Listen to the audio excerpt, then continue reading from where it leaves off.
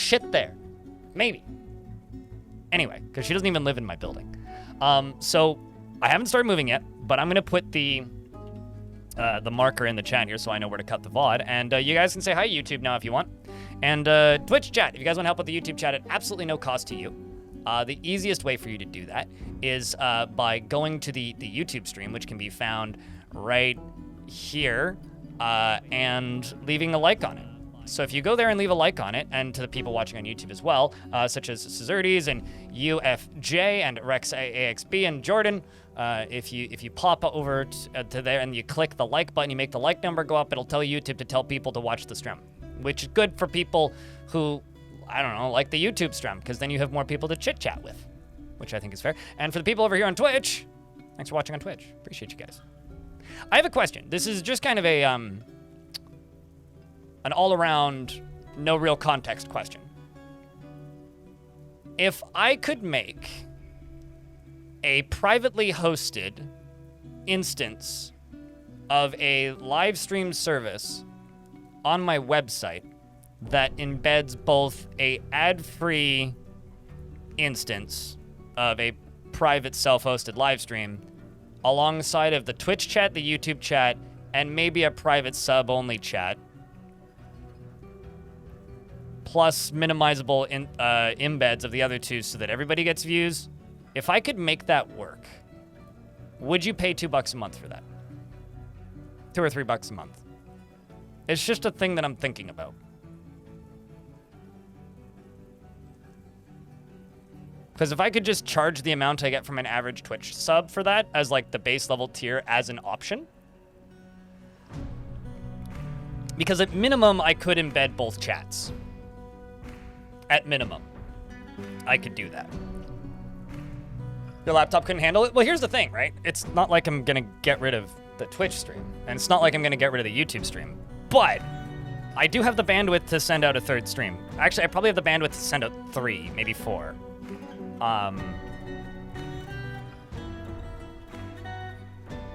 You could probably buy an OC as well. There's plenty of artists in the chat that'll make you an OC.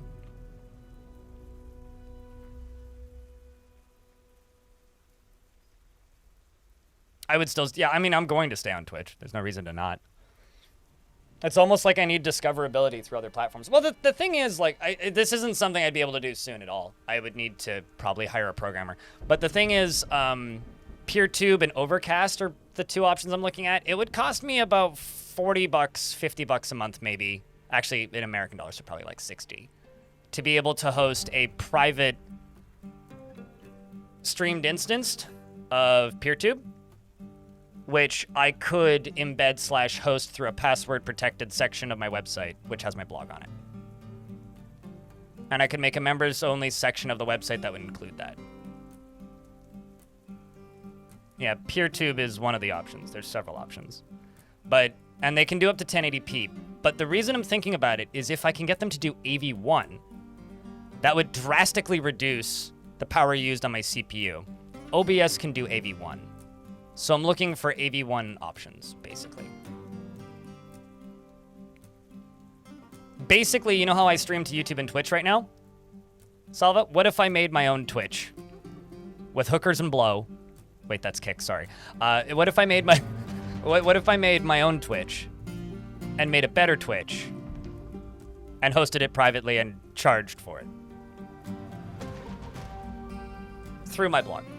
Because I'm going to be charging for things on my blog anyway, and I'm trying to figure out exactly how to have different perks on there that would make sense that also don't drastically increase my workload. Liberate's like, I'm up for it. But no, I mean, it's... no, I'm making a joke based on something stale bread, but I don't know, maybe Salva Daddy here in the Twitch chat is trying to buy an OC. It was a typo. He was trying to say PC, but said OC instead.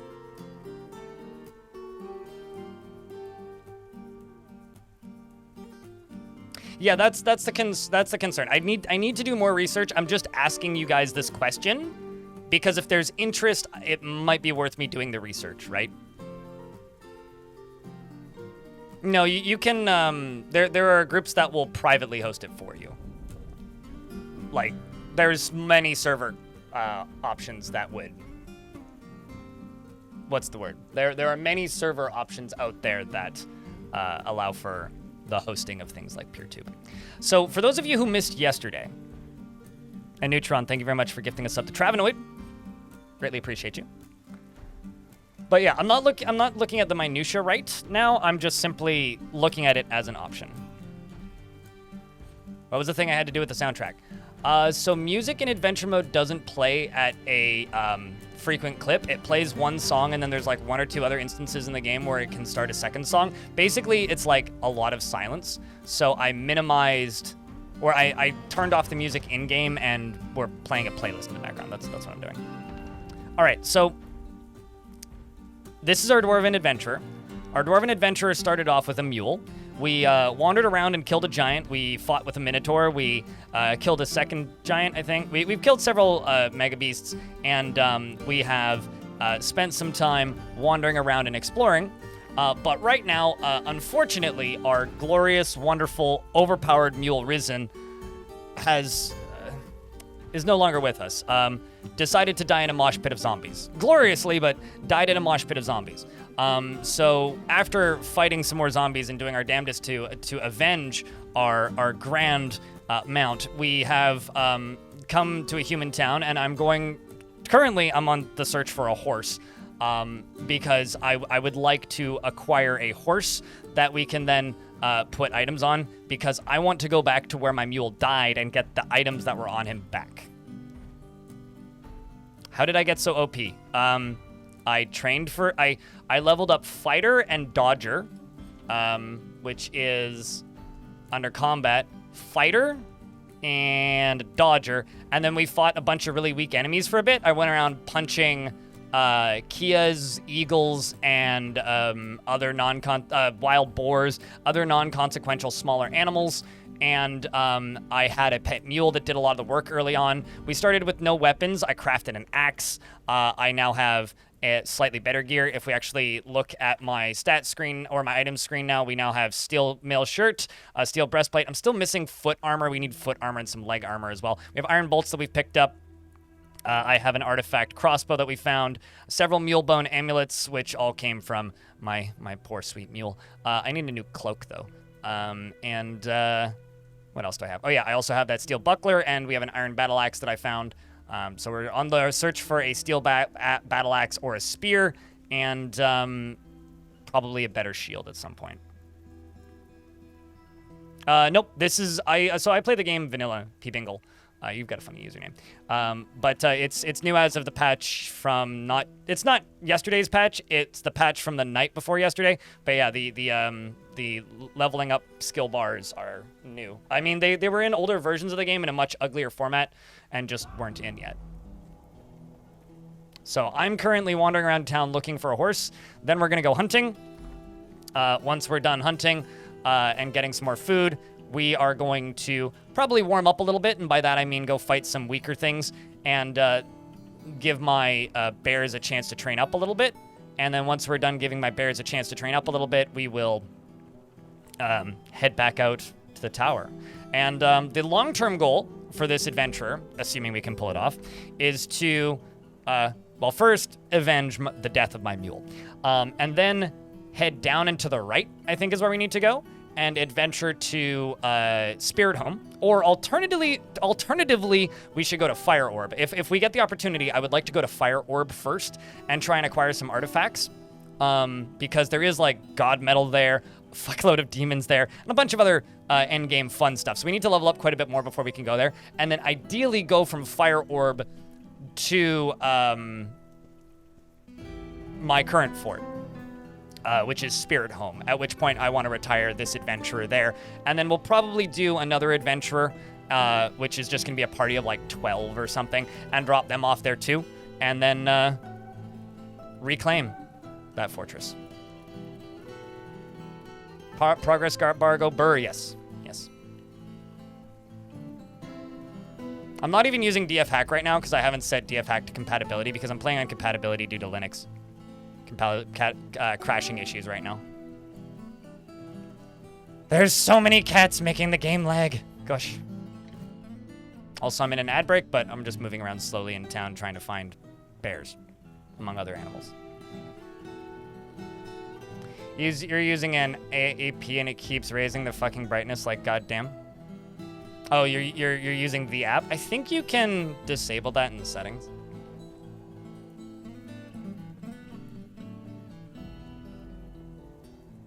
You should also try using mana instead of ability power. You'll get more effects on your spells.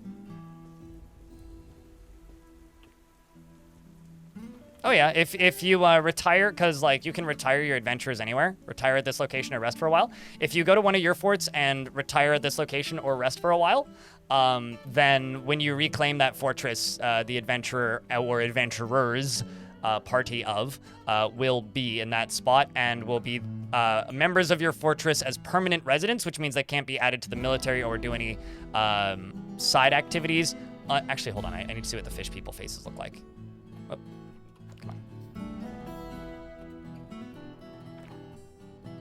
They look goofy.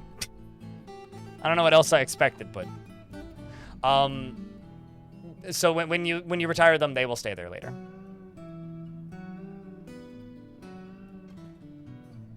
They're so cute. The amphibian people who just walked by are also pretty funny looking. Getting a lot of lag. This is a dense city. So for those of you who think that this is running slowly, in version 47, this same kind of area would be running at like a frame per second. Right now we're getting like, I don't know, like 30, 40 frames a second.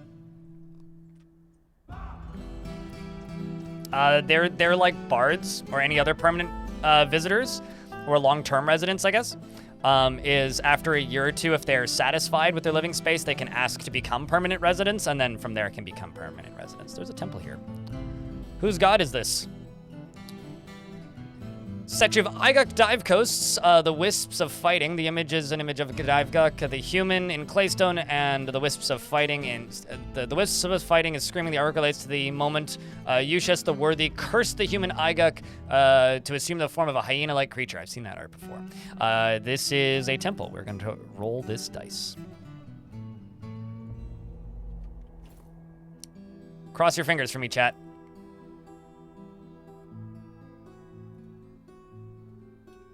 I hit the wrong button. Interact. Roll dice. Do not tempt fate. Oh, I've already rolled the dice for this god. My bad. I got healing from him, so.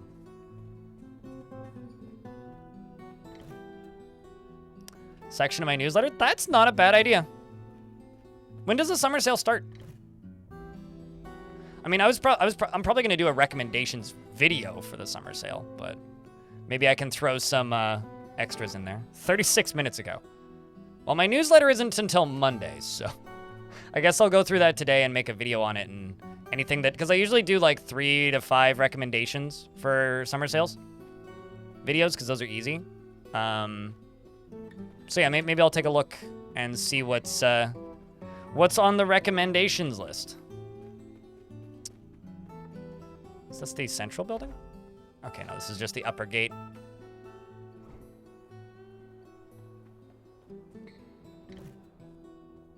Is this the market out here? Yes, okay.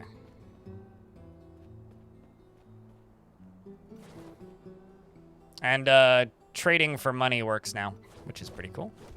And these guys are fighting. Someone just stole something, I think. I don't know who's in the right and who's in the wrong.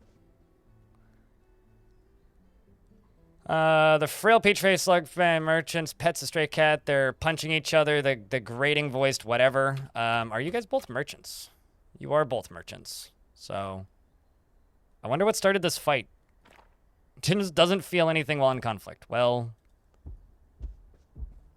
how about up here? The whole parsnips. These guys love selling parsnips. Must be parsnip season. Really must be parsnip season.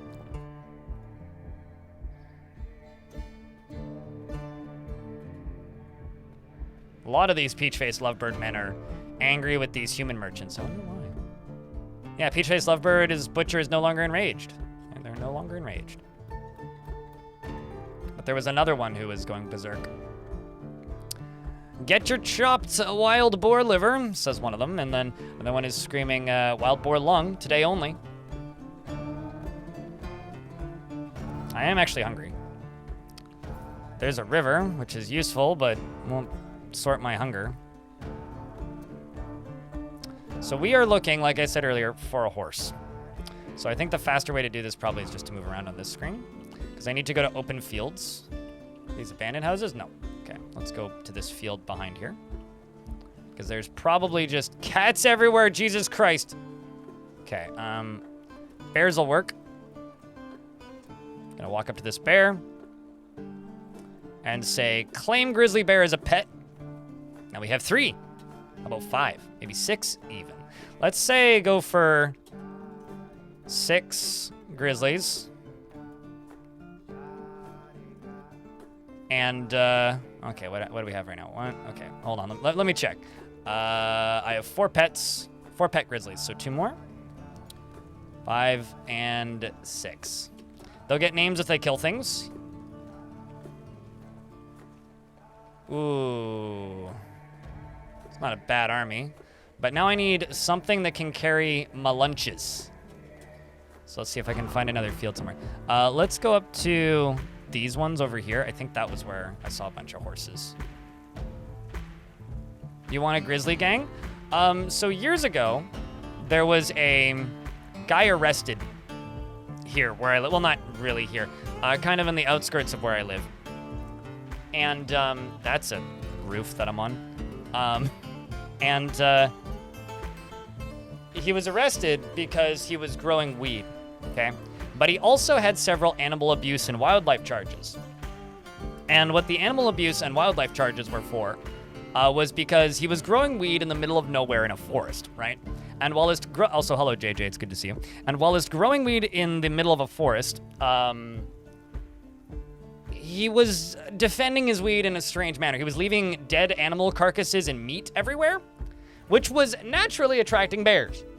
And bears, if they're well fed, don't really fight amongst each other.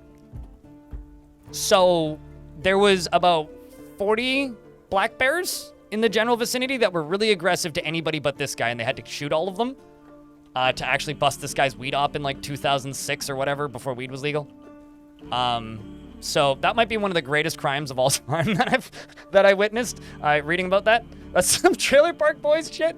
Yeah, no, like it's like you could go look it up. It's a thing that actually happened. Certes says, "Can you explain rolling for the gods? Is there cooldowns and can you explain?" So you have to wait a week before you can roll for a god safely a second time. When you roll for a god, there's positive and negative effects, but all of the really negative effects will not happen on the first roll. So if you roll once, then you could get a positive effect or a neutral effect. If you roll twice, you get a positive, a warning, or a negative. If you roll 3 times, you could get a warning, a negative, or a negative. And if you roll a 4th time, you're going to get a negative. And the negatives can be like, you become a vampire, you become a werewolf, you are a sheep for a week, you are a cat for a week, you are a giant walrus for a week, you are you get a major injury. They could also give you items and stuff.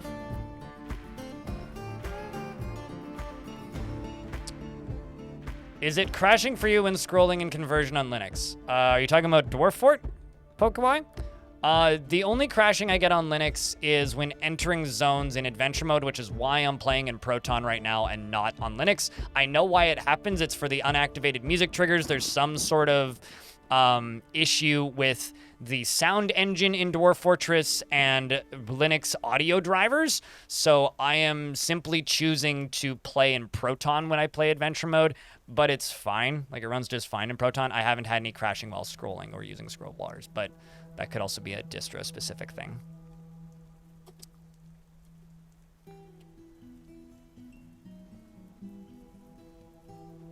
Oh, also, wells don't work yet. Something I've noticed. What is Proton? Don't worry about it. If you need to know, you'll know. If you don't need to know, you won't know. You want to see some amazing faces? Look at this.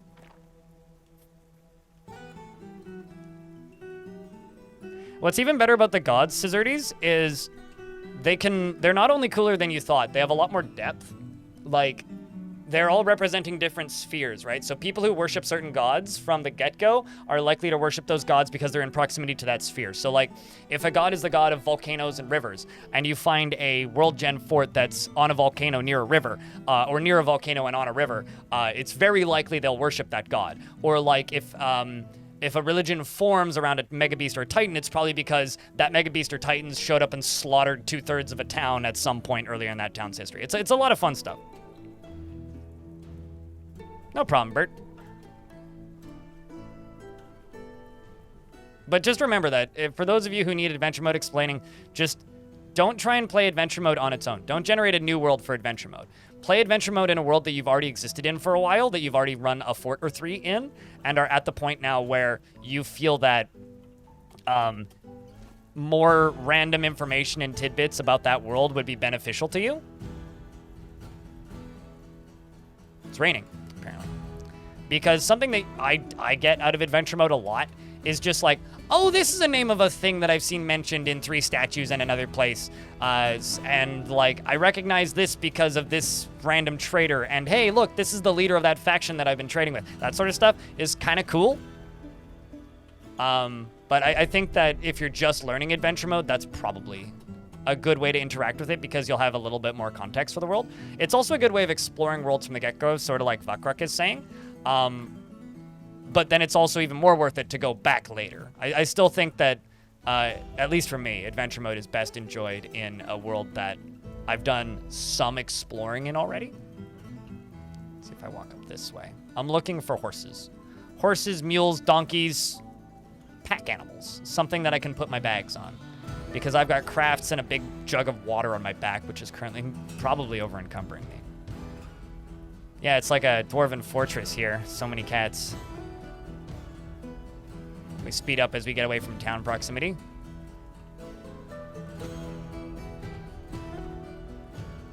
Let's go check this town up here. Okay, well, it's not abandoned, so that's a good sign. I know that the local dwarven populations seem to have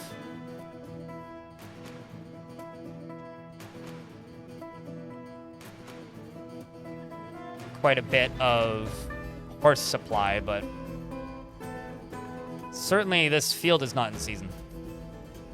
It's kind of neat. When fields are in season, they're covered in plants, depending on what they're growing. When they're not in season, they're just barren and empty. Are they chasing me or following me? They're my friends. I demanded that they become my friends. So they're my friends. I really like this new movement option. It's so nice. By that, I mean you don't have to click for every individual tile. You can just click and they move to that tile, and it's like... It certainly has some weirdness sometimes, but like, most of the time it's great. Okay, where have I moved to? Down at the bottom? Jeez. Let's go up this way, maybe?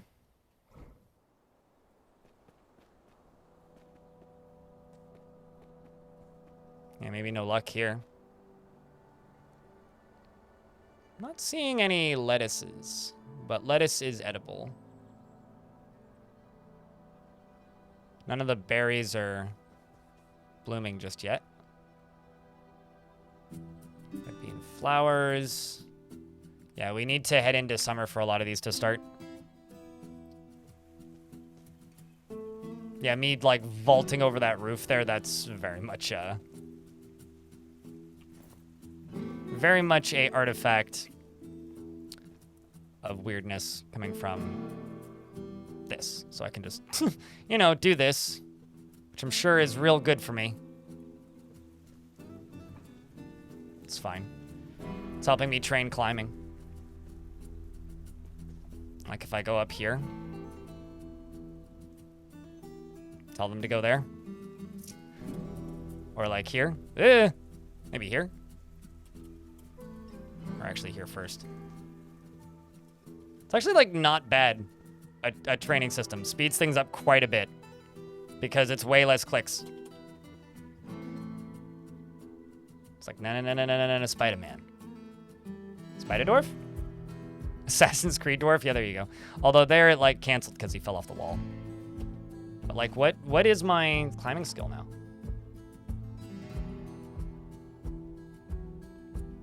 See, dabbling climber. Because you have to climb these walls in order to actually get skill from climbing.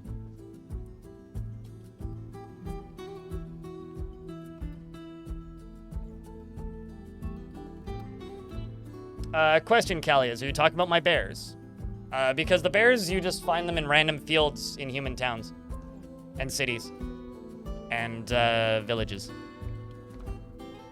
Just have to get kind of lucky and walk into the right area of one that happens to have a large population of livestock.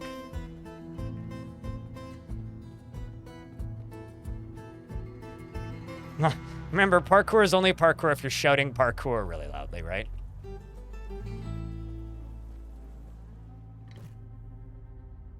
Looks like there was a bar fight about to start in here. From the human sacred oh, all these people are holy people. Of course all of the priests are hanging out in a bar. Also a human maceman over here.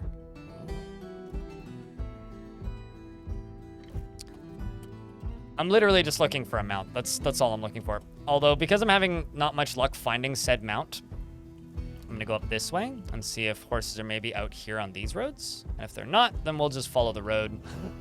Oh! Sorry, I found a horse. All right, we found a horse. Claim horse. Now I can remove things from my backpack. No, actually, I want to wear that glove.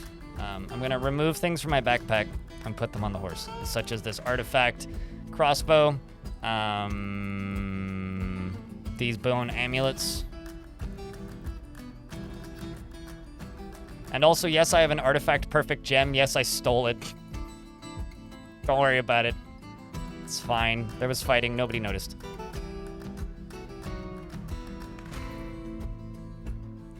Okay, so then I'm gonna go over to you.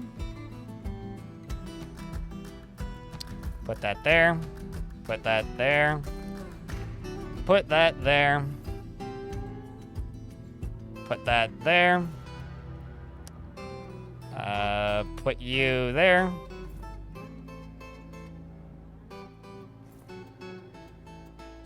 I'm also gonna put some of these extra bolts onto you because, like, I do have a lot of weight on my body.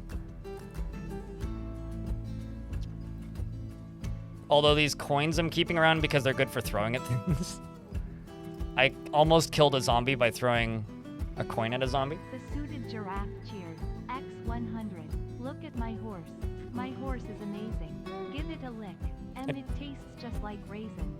Do you think so? Give it a stroke of its mane and it turned into a plane. And it turned back again when you tug on it, winking. Ooh, that's dirty. Do you think so? Then I better not show you where the lemonade is made, sweet lemonade. All right, let's go find something to murder to death.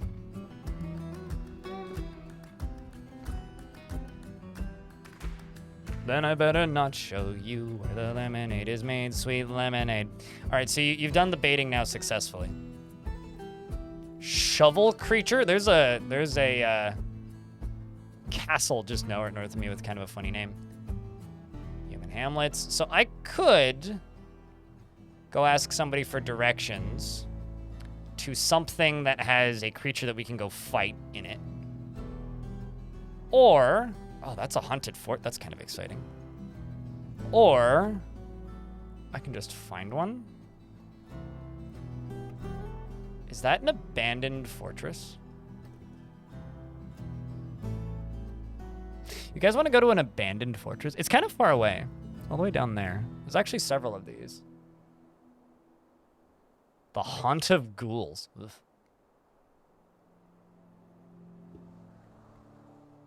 Ore lenses is also destroyed.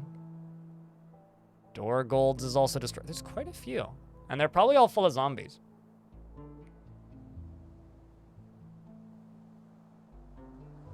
Because you click the world map button a second time. So if you click the world map button and then you click the world map button, you see the zoomed out version of the world map button. That's like near view and far view. It also shows you what areas are untamed wilds, what areas are wilderness, etc. But you can't move on that upper one. So this is like the fast travel map, and then that is like the world view map. All right, since we've acquired our pet, I'm gonna do this. and say, I don't trust adventure mode for 2 reasons. One, it has a habit of crashing. We did get 2 crashes yesterday, but they were consistent and repeating in that same zone, and then we went to a different zone and it was fine. But it also has no auto-saving, which apparently is going to get implemented at some point. That's something they're going to implement. And because it doesn't have auto-saving right now, the only way to actually save is by saving and quitting and then reloading. So I'm going to be doing that probably during ad breaks, but we've just done a bit of stuff and I'm about to go start fighting stuff. So I'm just, you know, letting it make sure that it catches up and does its thing correctly. Saying the Dwarf Fortress worships a god of debauchery and children and longevity, and does the god influence the dwarf that want to have more kids?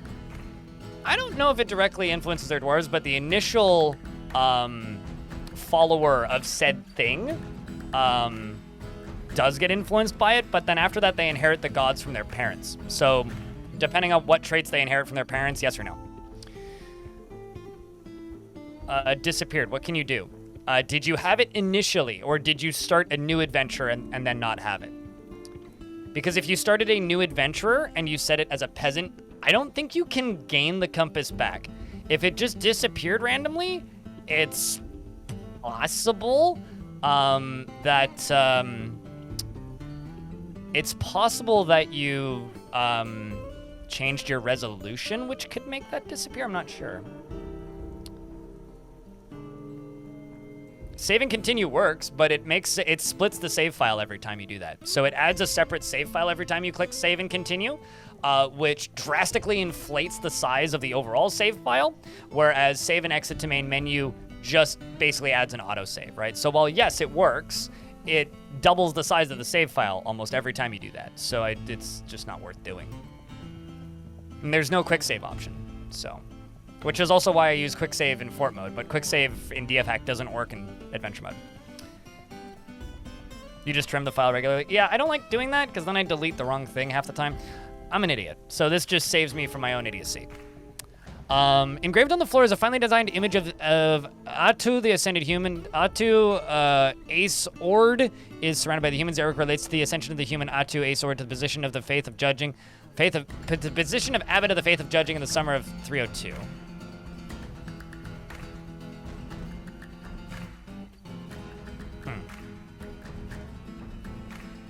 Is there anything up here?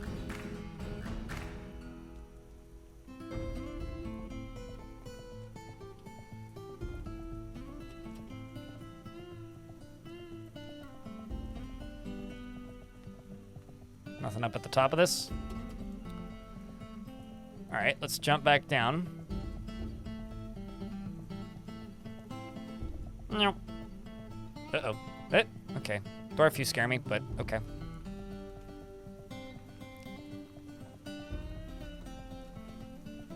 Ooh. At one with Kubra Proustons, commentary on the farm, and thoughts on intuition. And the study of the human. I'm gonna go grab the study of the human because that's just a funny book. And I always try and hit R because R is the read hotkey in Caves of Cud. Written on the item is written on the written portion consists of an 18-page essay entitled "Study of the Human," authored by Kubra. It concerns the start of the prophet, the human Kubra, in farmed clenches in 213. The writing has a touch of melancholy, yet it shows a hint of tenderness. Prose is great.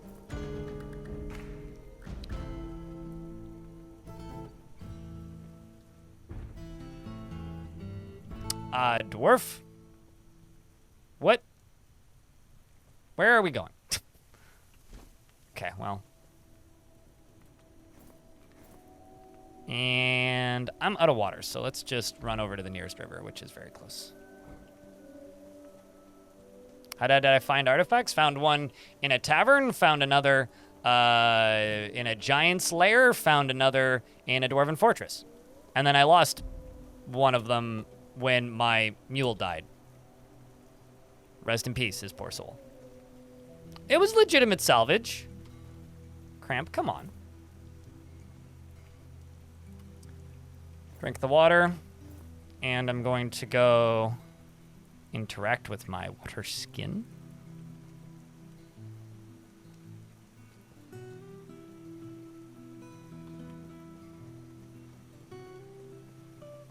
There's nothing unnatural about dying. Come on. Also, I didn't have to kill anybody for any of the artifacts. I literally just, like, picked them up and walked away. True story. Well, I guess I sort of killed the giant, but that's not a person. That's a giant.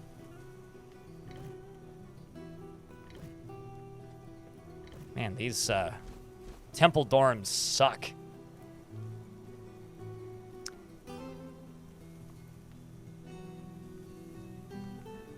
So the faith of judging. I don't think that was the religion I rolled the dice for a minute ago. I'll have you know, if a Necronomicon is a natural occurrence in your world, those zombies are very naturally occurring. Just because it's considered taboo doesn't make it unnatural. I mean, these are worlds that have clouds and storms that can cause you to become a zombie. And if that isn't natural, then I don't know what is.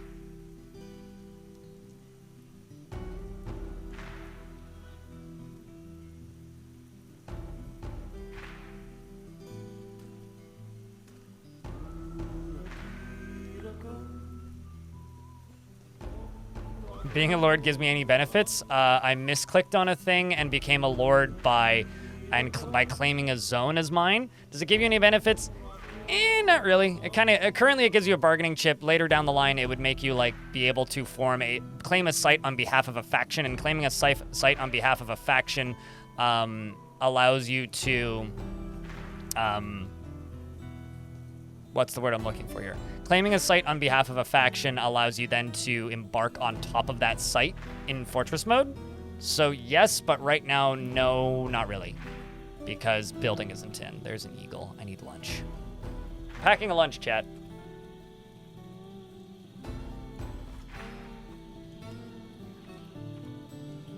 Let's go for the attack of opportunity on the leg. What is it? Do I have to bite it? Oh, I can bite it. Okay, let's bite it. I latch on firmly. All right, let's wrestle with the eagle. Using my upper front teeth, I'm going to shake it. The right lower leg is ripped away and remains in your grip. Okay, well, then I can strike at you. And it has bled to death. I was going to say, do I still have leg in my teeth? I do. I'm going to drop that leg out of my teeth. I'm going to hit X, and we're going to butcher the eagle with my axe. I'm going to butcher the leg, and I'm going to butcher the other leg. We're going to see if we can get some meat. The tripe, I think that is. And I think I can eat the fat. Can I eat the fat? Yeah, no, I can't eat the fat. That's what I thought. Then I can go over to the horse. I'm going to hit... No, horsey. Come here, see.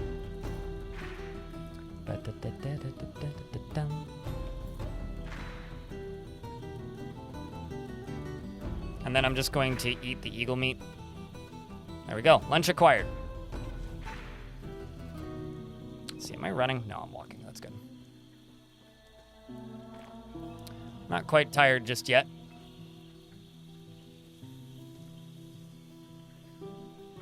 We're not moving as quickly now because we're air quotes in combat, which means there's probably a bird above us.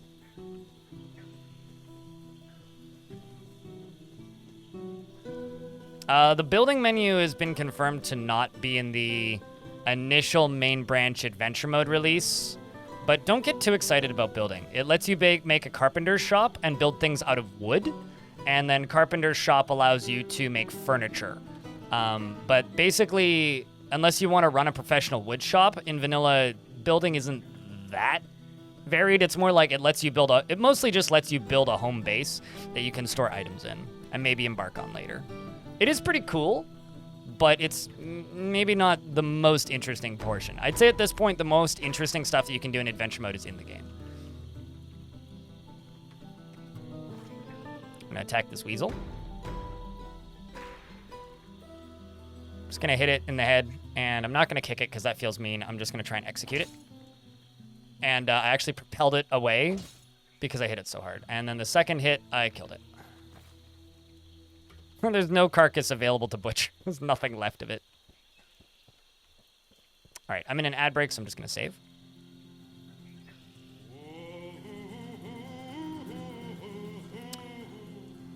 Reminded me of the film called Daruzilla, where the subject character is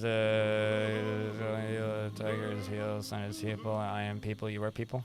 Okay, well, I mean, sounds good. It's probably more accurate than my very out of touch, awful statement of no, a giant isn't a person. Because ask David and Goliath. I'm pretty sure David would tell you that Goliath was a person, but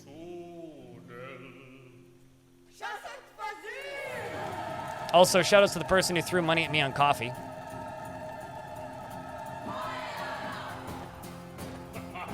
Appreciate you.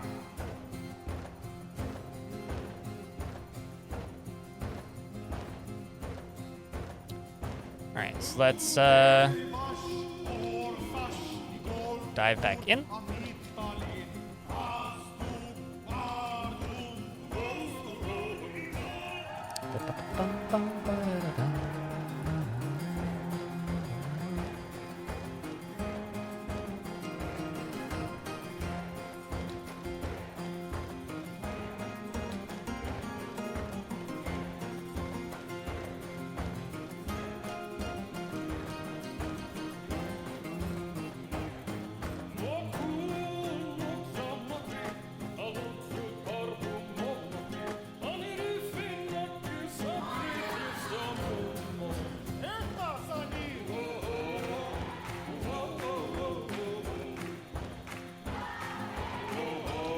Oh, also, chat, do you guys want to hear about the garbage dumping beef around my building? Because there's some things going on that I discovered last night. Well, not discovered. We talked about it briefly yesterday, I think. That there's been stuff getting left around the building, like broken IKEA furniture mostly, right? Like used IKEA furniture. Like stuff that shouldn't be left outside of the buildings, right? So apparently, there's a group of people putting it in front of one building. Okay. Yes, that is my harem of bears. Do you admire my harem of bears?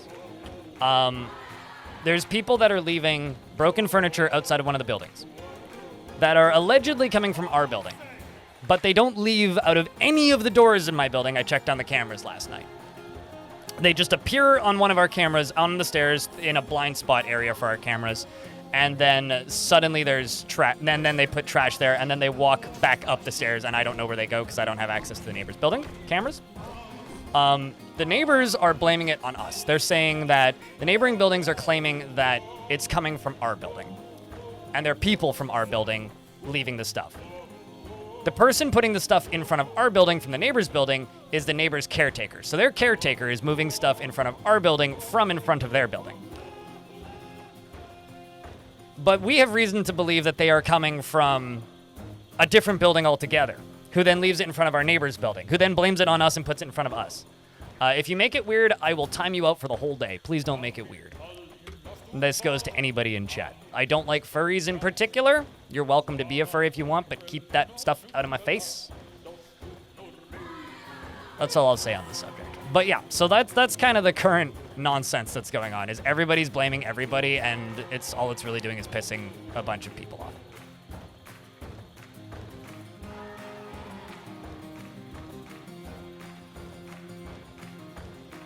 All I really get out of furries, just for clarity's sake, is they ruin movies from my childhood by making it weird. So, don't make it weird. And you're totally entitled to think whatever you want to think, but think before you speak. Let's just make some bone bracelets real quick. And a ring. And then I'm going to take some stuff and chuck it onto this horse.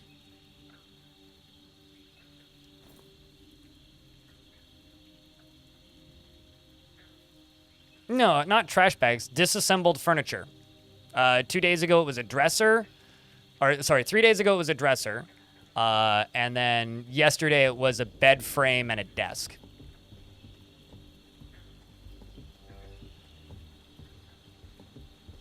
Well, what people do is the building next door to mine, actually has a large household item removal service. My building doesn't. If you want to do that, you have to pay for it. Oh, hey, we can fish. But if in my building you have to pay for your own large trash removal services, which is kind of funny because what people do is from the other buildings, they will go and try and put their trash near my building because, or near the neighboring building because they think it'll get removed with the trash removal service. But you need a sticker to put it on there so that they actually pick it up. So then they move it elsewhere to not clog up their trash dumping spot. And then and then we either just chuck it in the bin or our caretaker disposes of it because we actually have a good caretaker. But like, it's getting awful. Yeah, so don't infuriate other people who feel the same way as you, like myself. There we go. That helped the bears catch up. Basically, yeah, it's just trash disposal wars. 3 blocks. Coffee cannibal. For small furniture and electronics. And cans, bottles. Close enough that one of my neighbors walks. We're gonna sleep for 8 hours. Because my character's getting drowsy. Oh yeah, no, it absolutely makes it worse.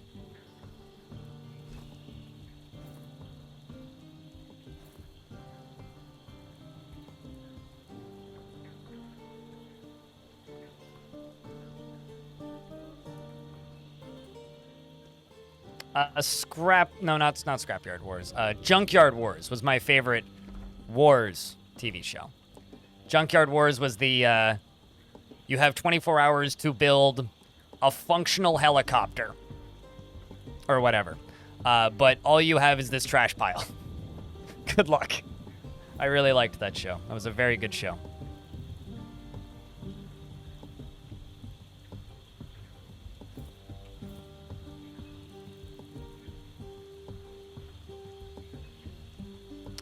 Alright, so we've drank water and we've slept.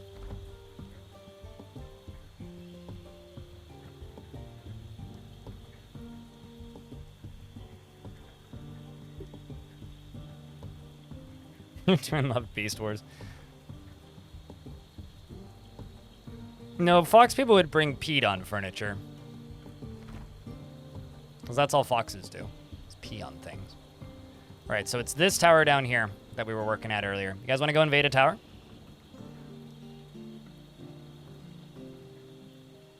You haven't thought about that show in years? I used to have three VHSs with 2 seasons worth on it. It was one of those shows where I was kind of amazed that the episodes were only like 25 minutes long when you removed all the ads. And there's the tower. I'm literally invading a necromancer, yep. Mm-hmm. And I have to go around this big-ass river first. This town is mostly abandoned due to being attacked by a fort that I murdered everybody in, including the children. They attacked me, in my defense. It's around here that I was entering. I'm gonna drink this water. And let's eat some eagle meat. Not sleepy, so we should be good. Now, I have to move very carefully and slowly move. A 2-minute recap on yeah, last time on, this time on, previously on. Okay, so here's a zombie. Let the combat begin. We're gonna let the bears do the majority of the work here. While I am going to help, it's the jobs of the bears to be meat shields. So combat's gonna move pretty slowly. But, you know, they're biting them, which is good. The nice thing about zombies is they move slowly, they don't have good accuracy, and they don't have armor, generally. So It's not too hard to just beat the ever-living crap out of them. The ones that are already dead were killed previously because bodies don't really despawn. They do rot, but that takes a while. These little buildings on the outside of the Necromancer towers aren't where the Necromancer lives. These are just little sheds, basically, that the zombies live in. The more zombies and animals and necro experiments there are in an area, the more of them you will see, or the more of these little buildings you'll see, because this is where they live, essentially. And each one of them has stairs, and at the top of the stairs inside of these is usually some sort of loot. Like a crystal grass Ron. It's an instrument. I'm okay.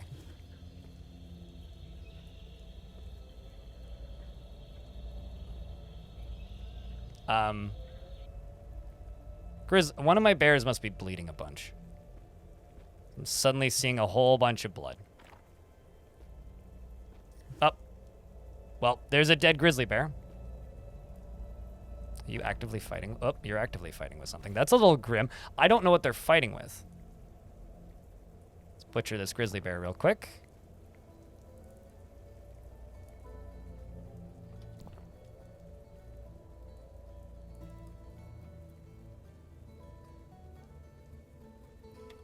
Is there a trap? There could be.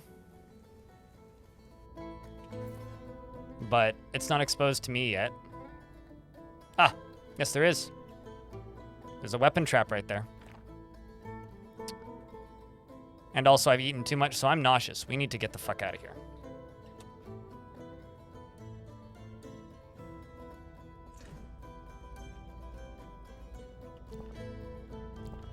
So I just picked up a chest because there was nothing in it.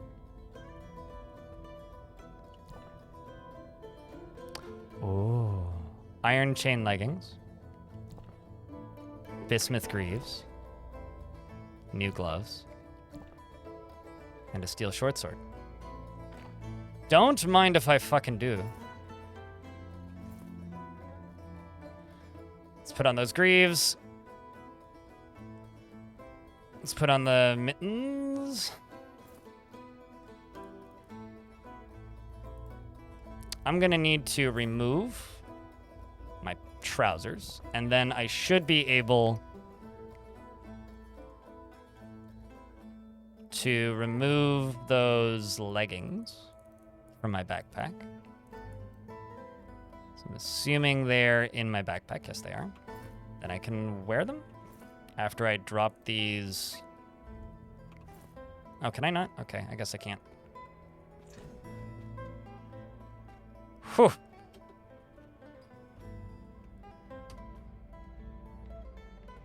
Well, we need to run anyway, so I can go sleep off this vomiting.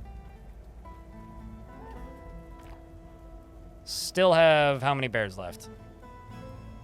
Allegedly 7. That looks like 3, but... Oh, did I get over the vomiting? I did. Let's go, rest for 2 hours. Give us a chance to sleep off the pain. 1, 2, 3, 4. Okay, so yeah, now we have 5 pets.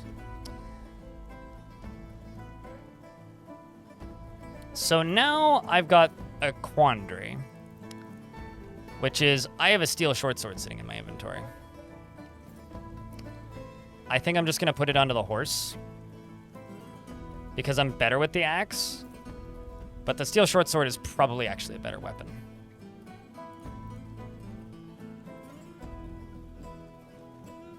And then I need to drop something, which is this cherrywood chest, because that's encumbering me a bunch.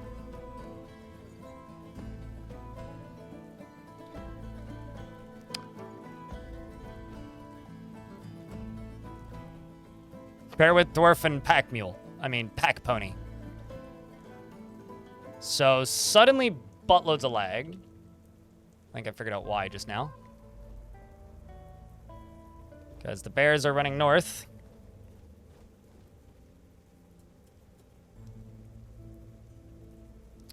I'm going to set my movement speed options to a run. We're going to start running north. Welcome back, Elfie. Also, the places attacks happen are generally spatially aware. So if you have like stereo headphones, which everybody does, you can tell what directions the attacks are in. It's to my right now, which is this fight right here, because it's slightly to my right.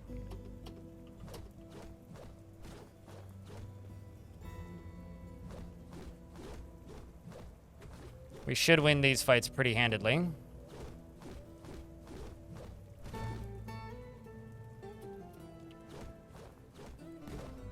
But because they killed my mule, our goal is to fight back and avenge my mule. And the bears themselves do have a pretty good advantage against these zombies.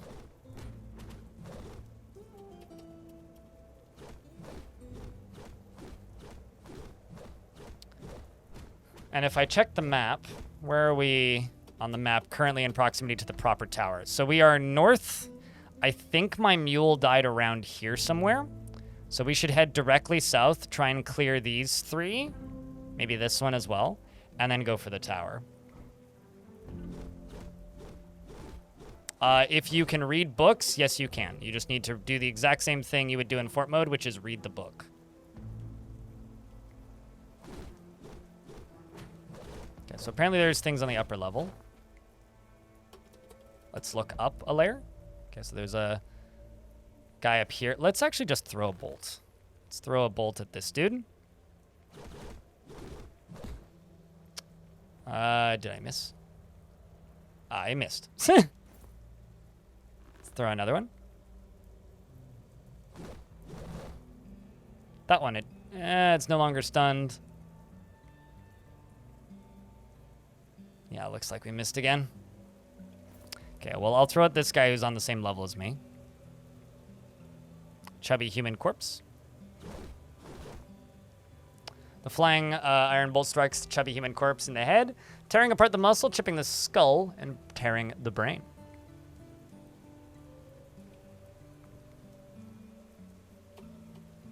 Yeah, no, if you have the how to read skills, yeah, then it's definitely a requirement. So I jumped closer. I'm also going to go to my movement speed options and set this back to walking so I don't exhaust myself. And we are going to attack this chubby human corpse. It's been eating well, I guess. Must have eaten my donkey. We're going to go for its lower body, and I'm just going to hack it, I think. And it's a normal speed strike, so it's fine.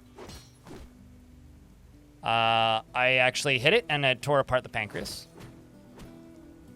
So I have 2 options right now, chat. I can use this axe, or I can get close to my horse, and we can try and train up the sword. What do you guys think? Because I'm kind of impartial here.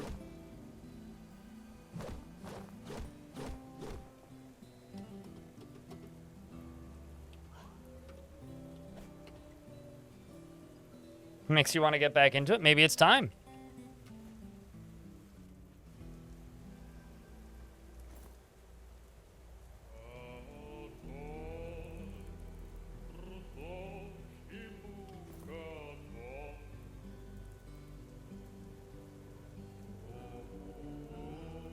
Because I could, in fact, take that short sword. When you're not taking on an army of undead. The thing is, I'm actually gonna, yeah, I'm gonna put the axe away. The thing is, I'm gonna put it in my water skin, I guess. Fighting against an army of zombies is actually probably a really good time. And because I can just swap to the axe relatively easily. Start conversation. Skip greeting. Rest. No, wait, maybe? Order? Demand or order. Wait here.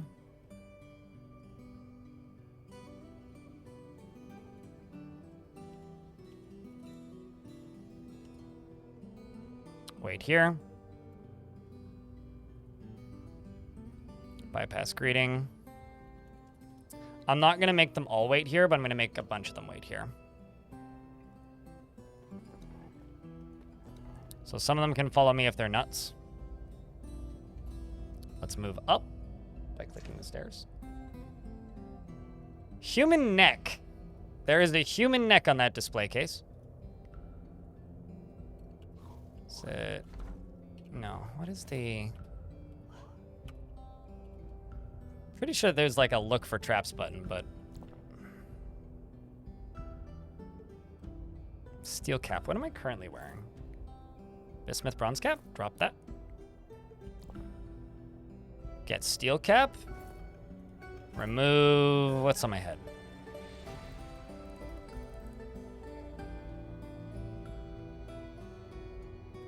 Bronze cap. There you go.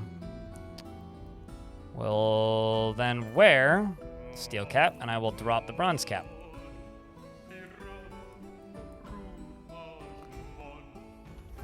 Although I think it's in my backpack right now, so I have to remove it from my backpack first, probably. If it is, I'm not seeing it. Maybe I did drop it. I also have way too much food in my backpack.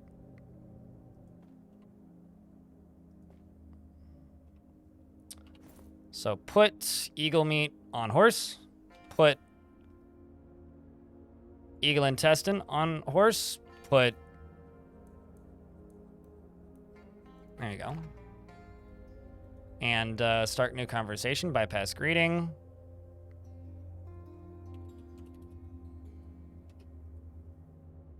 Follow me.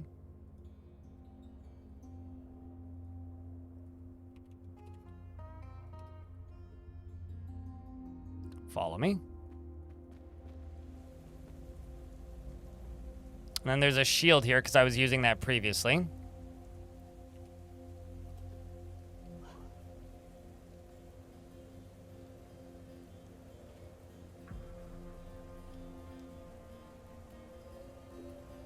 Follow me.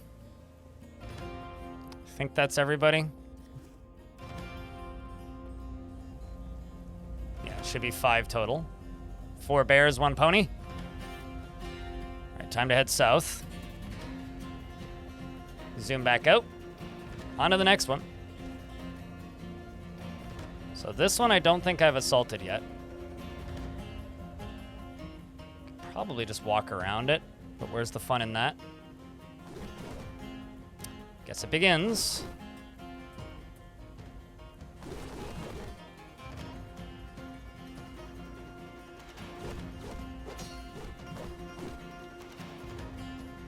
I don't even know what that means, Kashmir.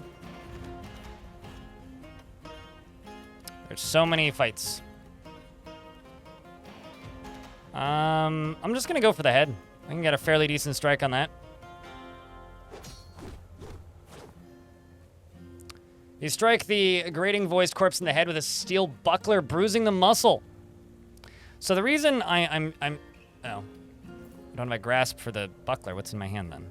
Oh, the bronze cap. Drop that. But the reason I'm training sword here is right now there's a lot of cannon fodder, which are these things, and attacking live targets, especially ones that are fighting back and using this, does train faster. The question right now is, why can't I hit you with the sword?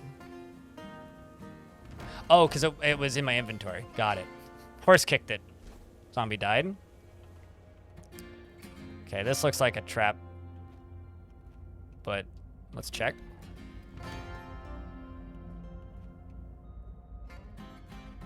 I'm seeing blood.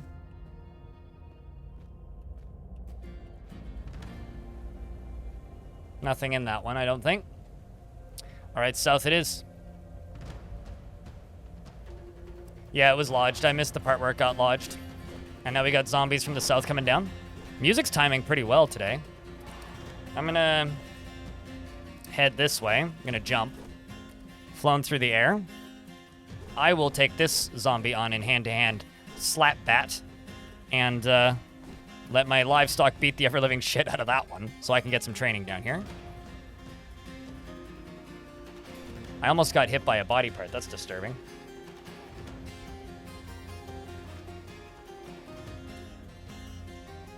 Upper body, I can get attack of opportunity, which is the exclamation point. That implies that I can get a much better hat if I slap it with the flat of my steel short sword. Which I did, but the attack glanced away. All right, well, let's just bump attack. I slash it, which tears the shirt.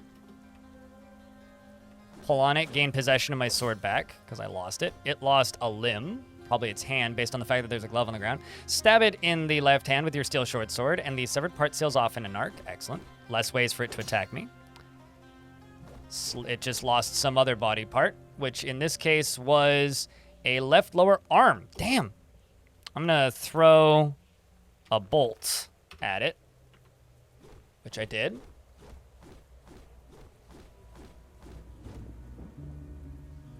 Which actually chipped the bone. So not bad. I'm going to move up next to it, to right here. And then combat. It's attacking me with a right-hand punch. So I can apparently get a very easy attack on its left with a attack of opportunity. But there's several others, including its right hand. I think I'm going to do that because it's attacking me with its right hand. Yeah, so we're going to go for the attack of opportunity on its right hand by slapping it with my sword. Which I think just made him lose part of his right hand. In the second finger with the flat of your steel short sword and the severed part sails off in an arc, it is important to like look at how they're attacking you or trying to attacking you, and then like if you can completely mute that limb's ability to attack you, then they can't hurt you in the slightest. You slash the chubby human corpse in the right lower leg with your steel short sword, and the severed part sails off in an arc. Let's go for the lower body and stab it. I stab it, which tears apart the muscle, so its ability to move gets worse. I slash it in the left lower leg, and it flies apart. It's becoming the Black Knight now, if we actually look at its image. Yeah, it's missing a limb. You can see it right there. Going for this one. I stabbed it and lodged my sword in the wound. So if I bump attack it again, I get my sword back. Something else flies off of it. Okay, so since we're in a relatively safe spot right now with the bear distracting it, I'm actually going to throw a bolt at this one. Get some throwing skill. In fact, we actually lodged it in the wound. We flew it, and it struck the Recession corpse in the upper arm, chipping the bone and the chipping the shoulder's bone through the leather dress. Oh, did I get it? I think I got that one. I stabbed it in the head with my steel short sword, and the severed part sails off in an arc, and it's been struck down. Excellent. How's my sword skills doing after a few moments of combat? I was gonna say it's probably dabbling, right? I'm not seeing it, so it's not even on screen.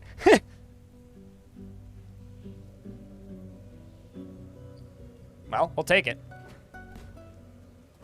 'Tis but a mere flesh wound. Yeah, a lot of the zombies end up basically being the Black Knight, which I don't mind. I think it's hysterical, personally. Let's just jump down this way. Let's also zoom out a little bit. Okay, so there's a zombie down here, which is probably where they're going to book it next. So one of my grizzly bears is bleeding pretty bad, or was bleeding.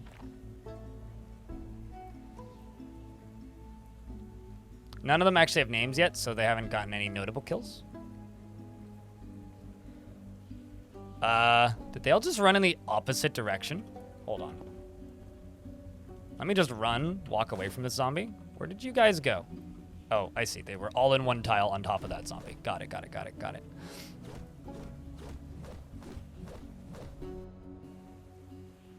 Is it your birthday, Loki? Well, happy birthday. Chat room, can I get a round of beers for Loki's birthday? We'll provide the keg.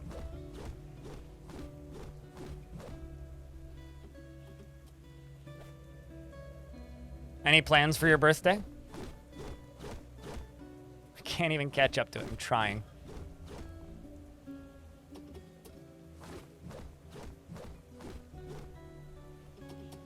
It's literally all I'm trying to do is catch it. Okay, let's see if I can just throw something at it. Let's throw an iron bolt.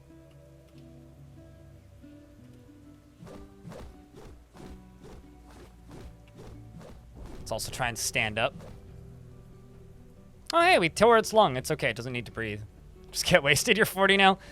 Yeah, it's just an excuse to go to the pub, right, at that point. We're in an ad break, so I'm just going to save real quick.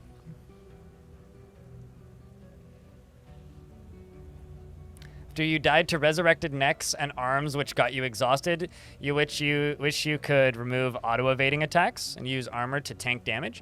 If you type in capital C, ride to Suki Suki, assuming you can see me and you're not in an ad, I'll repeat this after the ad. But if you hit capital C or go to combat options, you can absolutely disable auto-evading. You just have to go into the combat options menu. Why is the zombie so fast? It's probably less likely why is the zombie so fast and why is everything else around it slow. In that case, I kept getting knocked over by my bears.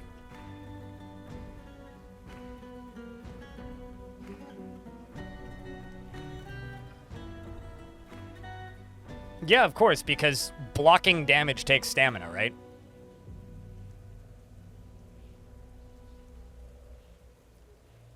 So you can sort of do what you're trying to do and what you're talking about? But not in the way I think that you want. Because if you go into combat options, you can go to, like, tank the damage option, right? And then for defense, you can go to tank the, I think it's stand your ground and take hits. Or try and dodge. So if you set it to this and this, that would give you approximately what you're trying to get. Yeah, it's do not move from current tile when dodging, even if it means being struck, is what you're looking for. And attempt to stop charging opponents by standing your ground are the two settings you'd want to turn on.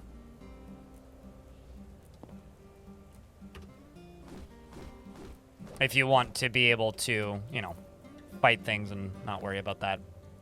Throw a bolt at you. This one, a ligament has been torn in their foot. Of course it does, yeah. So you shouldn't fight with 15 arms. It doesn't. So if you weren't blocking that damage with your body and depleting the stamina trying to not take damage, you'd just be dead, right? So your options are either run away and survive that fight, or option B, tank the damage and have no stamina. Option C, dodge the damage and try and get out of the fight. Or option D, just die, right? So you're saying that you would rather just die. Okay. Well, you did, so that's good.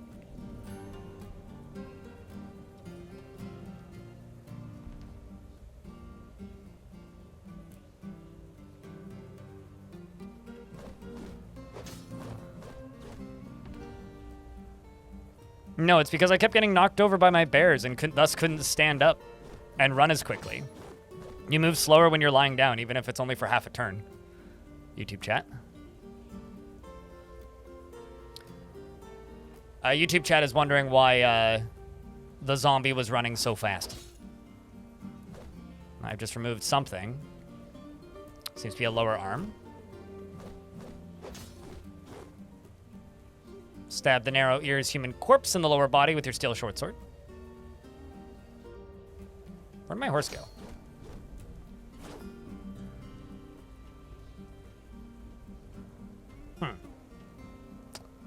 Horsey, come back to me, please.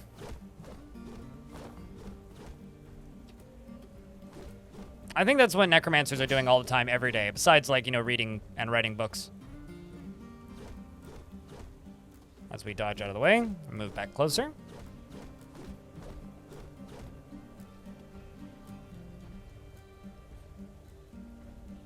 It means you have to hit the same part. So YouTube chat is asking how the creature size works in combat. It makes more durability for parts. Essentially, yeah, that's how it plays, is because you have to hit the same part more times to damage it, or to fully remove it, right? The game is keeping track of, like, scarring and wounds and, like, skin tissue, but, like, the density and the amount of cut that you can make in a bigger creature is small, so it requires more cuts to kill a bigger creature. Since my bear's probably got that, I'm just gonna walk away, start heading this way. I ran away some time ago. Cool. I was mostly paying attention to my own combat, oddly enough. Well, here's hoping it comes back, as I'm sure it's still in the same general vicinity. Well, I missed that. Very clearly missed it.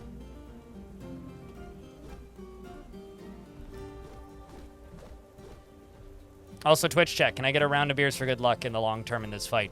Let's hope that that horsey comes back, because I do need it for loot carrying reasons.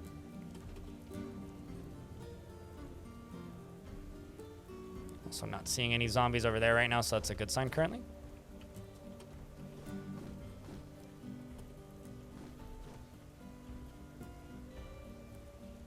During a blind stream, also you now have COVID on top of your shingles. Oh, good lord. It just keeps getting worse, Strixa.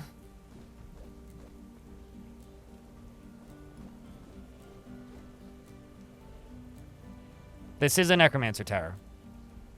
Yes. Well, this is the grounds around a Necromancer tower.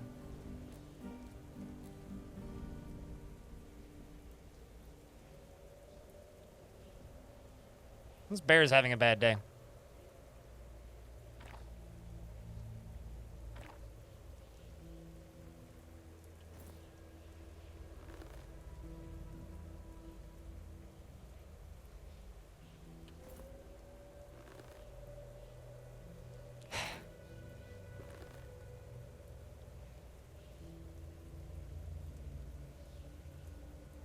Can I? Okay, I guess I can't throw down. I saw bits of my grizzly bear fly out. Oh, no, the... Okay, no, the human corpse bites the frail grizzly bear in the nose. One of my bears just lost a nose.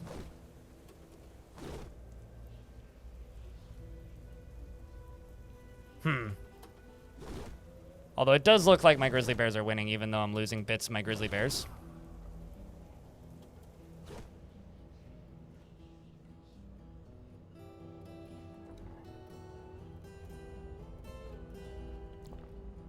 It's a bronze short sword? Nah. Oh, hey, look, it's my pony.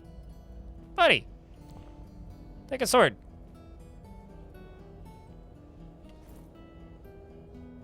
We'll use it as trade goods later.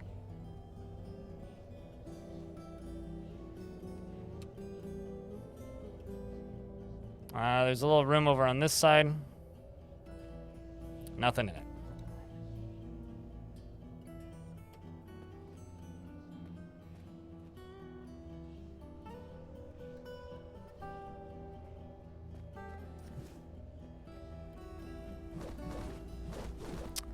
Oh boy, they're still at it. I guess we should go help them, or they may die. Well, its guts are hanging out now. One of the bears died. So I should have, what, 3 pets left?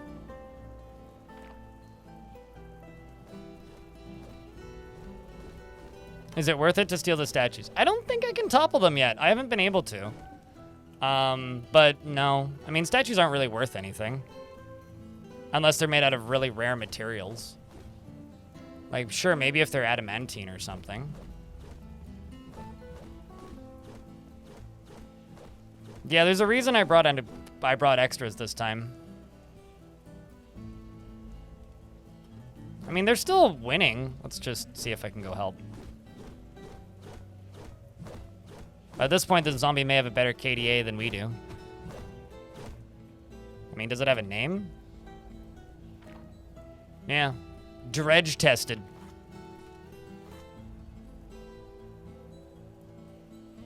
Let's go for the neck. What's the attack of opportunity I can get? Punch it. Punch it, which bruised it. Okay. Let's go lower body, very square. Strike it with the pummel. The attack lances away. Got it. Okay, so that's the problem. Let's just repeatedly hack at its neck.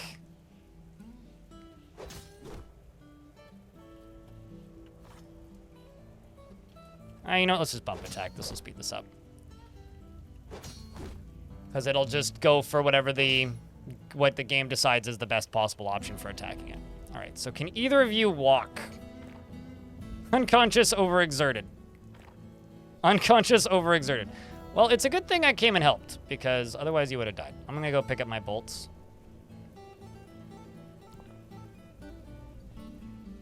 Oh, and there's more coming.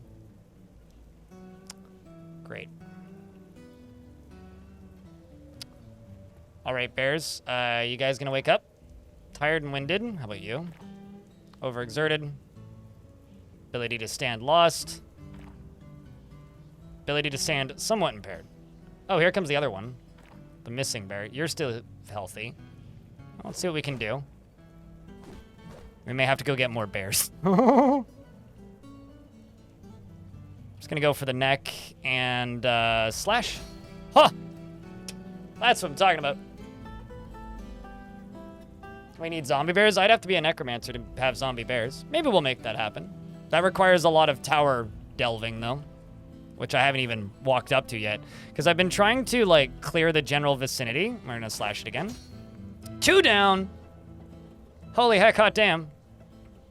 I also need to stop sprinting. Let's go to walking. I don't know. If I were to make zombie bears, would they even be friendly with me? It's not my sword skills, it's my fighting skills. So, fighting skills are like general fighting skills, meaning all of your fighting skills get better. Let's slash, but we'll check in a second. And as all of your fighting skills get better, as your overall fighter skill, air quotes, which is this skill, you just have like natural ability with other weapons. Like, yeah, I'm a dabbling sword user. It's not even on screen. It's all in the fighting. So like, if you want to be good at fighting at base, like start off and just pump a bunch of points into fighter. Oh my god, that actually is an endless-ish zombie horde. But let's see how many more we can just off. Because I can just outwalk them generally. Let's slash again. He jumps away. Let's just keep slashing him in the neck, because as long as I hit him in the neck and one-shot their heads, it's pretty effective. Neck. Slash. I missed. Strike. Neck. Slash. I missed again. Let's try. Okay, we may have to. Attacking you, moving southeast. Slash. Okay. I'm going to need to vamoose a wee bit. But I'm in a martial trance. So let's start slashing necks. That's one. So as long as I have that little green logo, I'm in a martial trance, which puts us into a pretty safe spot because I get the dodge bonuses and the accuracy bonus. Slash, that's another one. And this is why I'm using a sword here, because it's increasing my sword skills at a very rapid pace. That's 2. Oh, I'm already tired, yeah. But that's from sprinting. I'm not actually sleepy. We're not long into the day, so I can get over. Basically, I'm winded. I'm not necessarily tired. Let's keep slashing necks. A, C, B. That's another one. That's what, 1, 2, 3, 4, 5 at least.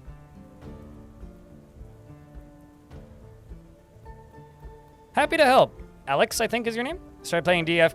So this is somebody in YouTube chat, Twitch chat. I started playing DF Classic a week ago, and now I'm fully addicted. It is an amazing game. You love the old school graphics, but you have also tried texture packs. Question, what version of old school DF are you playing? But so far, keeping it old school. Got it. Are you playing like version 50 with the clicky buttons, or are you playing like version 47? Because if you're playing version 47, the only issue that you'll run into is like some mechanics are quite different from the stuff that you'll be seeing in like current premium, but... And Suited Giraffe wants you to post a wall of beers. Is there some bug with healing? Your broken finger never heals. Nope.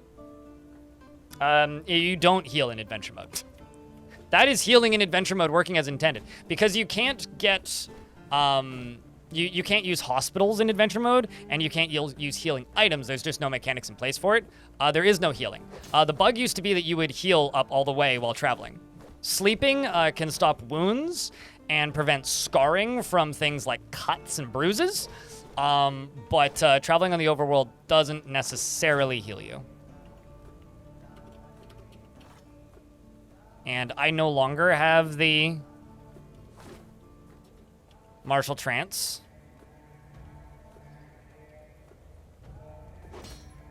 But there we go. There goes another one.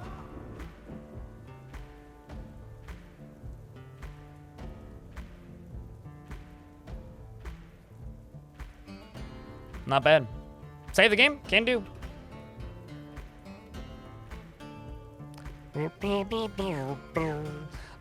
Man, it's good to see you. By the way, Dragon Man, because you follow the stream and you don't currently have a subscription, if you want to be here more officially, you can use Crypt Burr, which is the follow emote. Oh, it's an epic battle? Yeah, no, damn. Damn right. That's why healing potions are being added in a future update. Yeah, that's the magic stuff that Tarn's talking about that he's working on right now, is getting us procedural liquids, which hopefully won't need a world gen update. And procedural liquids are going to allow for potions, which can include regrowing limbs. Right now, the only official way to heal in adventure mode is by putting down a hard save and then save scumming, or pray or rolling dice for gods and hoping you just get healed, which is possible.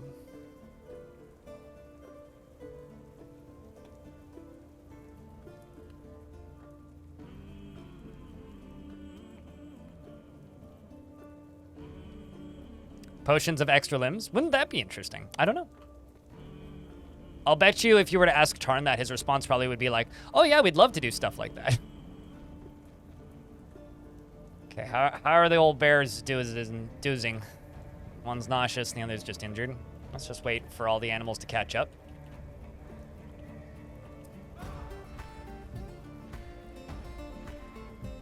Comes the other bear. Werehorse. Just waiting turns. Can I wait? No, I can't. I can't wait for an hour. All right, bear, if you die, I'm sorry. I don't know where my pony went, but let's go look at the tower. Well, I mean, you could... Actually, is it possible to become... Okay, so from rolling the dice, could you become a mega creature? I don't actually know.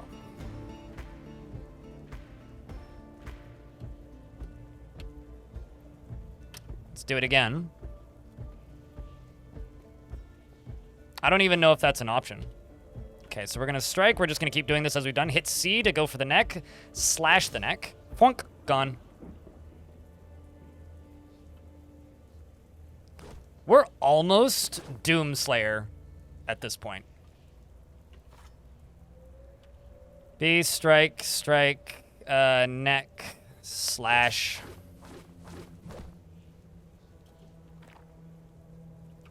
So I am not tired, which is good. Let's go for the one that just attacked me. Hit the neck and slash it. Go, it bruises it. It doesn't actually kill it. We're gonna go for this one again, who's moving northwest. I'm going to strike the neck with a slash. Got it. It's one down. Hope you get another martial trance. I don't think I need another one. So either be cautious and aware of my current exhaustion levels, or hope I get another martial trance, basically. I don't know actually how frequently you can get them. I don't know if there's like a cooldown or something on them. This one's I'm having a bit of a hard time with. Nope, I don't want to attack my grizzly bear. Keep going for the neck, and let's slash it again. There it goes. As long as I'm not the only thing getting attacked, I think we're pretty safe right now. It's based on willpower, is it? Okay. I don't actually know how they... Like, I learned yesterday what causes martial trances to start. Literally yesterday. Okay, so apparently I can get an attack of opportunity on this. What is it? It's scratching it? All right, we'll try it. Which just destroys its dress and does some bruising. Let's keep hitting the neck, except I'm going to move back up to here and go back to slashing. There you go. I'm going to wait a turn. I'll wait for them to come to me so I don't need to move towards them. We'll just slash you. There goes another one. Like, I'm literally one-shotting most of these demons, right? Or most of these zombies, right? It's based on... I mean, it's as good a guess as I could do. With controlled shape-shifting, fighting elves might become more interesting. The thing that I really want from elves is the thing that was in one version of the 2D game and never implemented into the 3D game, which was elves, if they really got mad at you, they would send the druids. The druids are basically the elves' like religious leaders, and usually and I think also the leader of the faction itself. But druids have a magical power which no other elves have, which is it allows them to. Okay, so I'm dodging backwards. Got it. It allows them to basically summon ents, which is why sometimes you'll see images of ents. And ents in Dwarf Fortress are literally just a tree that can move and attack you. So that's what I want to see. I mean, shapeshifting would be cool. I'd be okay with that. Totally fine with that. But what I would love to see is I would love to see the elves be able to make the trees attack you. Well, they're called ents, right? E-N-T. And I'm not referring to the weed slang ents. I would love to see ents. I mean, I think that the elves being more magical would make them make more sense, actually. Let's keep slashing. God, I am, like, amazed with how effective I am against these. This is certainly the most success I've had against killing zombies since adventure mode has been added.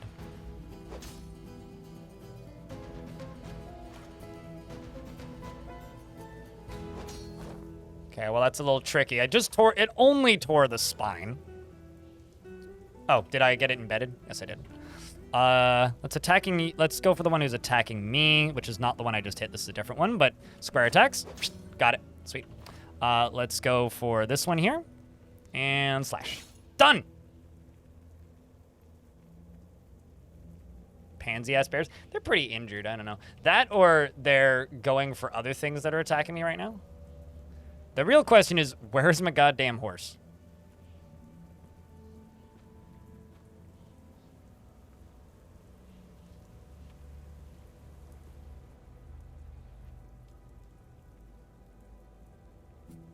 Statue of Forgotten Beast, dwarves, a leech, hamster, pond turtle man, forgotten beasts, a dwarf, forgotten beasts. No names, though.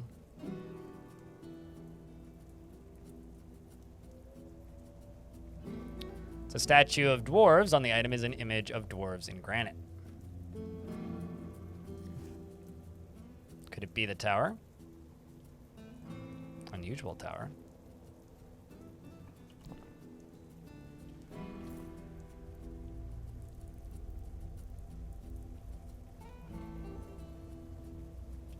I was gonna say read it, but is it because my hands are full? Ah, there you go. Entitled Understanding Understanding Brass Echoed, authored by Desmer Allegir. It concerns the Tower of Brass Echoed. The writing is quite self-indulgent. So you can't read at all in adventure mode unless you have some reading skill from the get-go. So it is very, you know, honestly, this is just me. I think they should just make it the default that if you are playing adventure mode, you by default start with Dabbling Reader. I think it should be impossible to not start with Dabbling Reader. Authored by Duma, it concerns the Tower of Brass Echoed. Okay.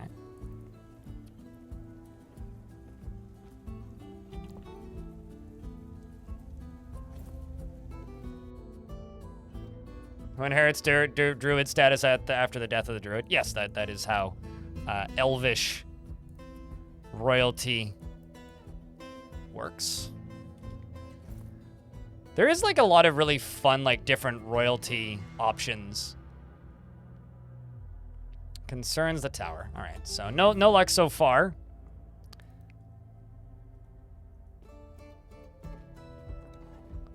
Also, if I lose my horse, that's fine. We can come back and get more horse stuff later. Elements of intrigue, market more, introduction, mysteries of treasure, the art, and the tower. That seems promising. I'm just gonna go grab all of these.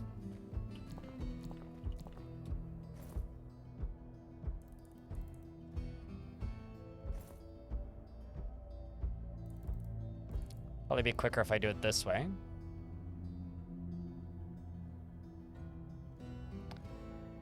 Authored by Godin, it concerns the claiming of Roast Wonder.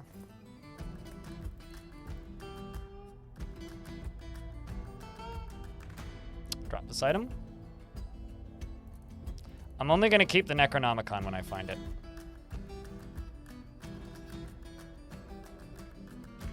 Entitled The Art of the Tower, it concerns the tower and artfully indulges the tower. You know, I'm starting to think that all necromancers might just be Dr. Evil. They only want to talk about their secret evil lair and publish many books about it and then, like, tell everybody about those books. It concerns the tower. It is depressing. It's just kind of funny. It's like the most interesting thing that's ever happened in their lives is they, like, is that they have made a secret lair. The market more concerns framed clenches.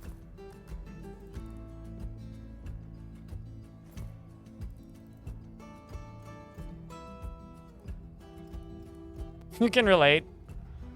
I mean, I keep a journal, right? And there's obviously a lot of repetition in that journal.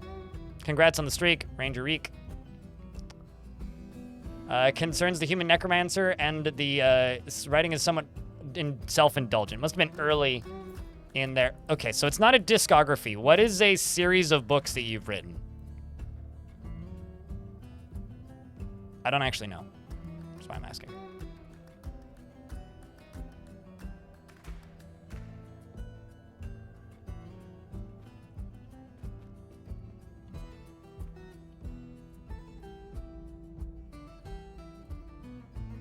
Ah. Can I speak with you? Neutral attitude animated.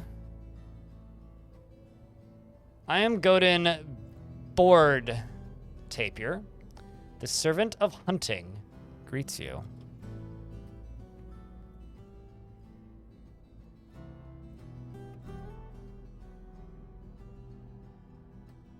Inquire about any troubles. Well, let's see. We've got beasts.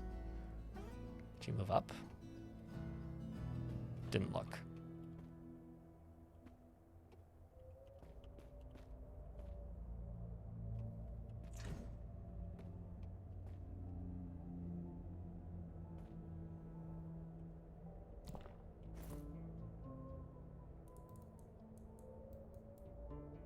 You've read the Dwarf Fortress wiki. Does that count as a book?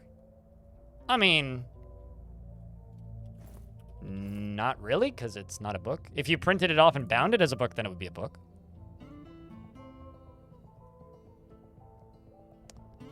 Authored by Doomed. It concerns the tower and new approach. A different book.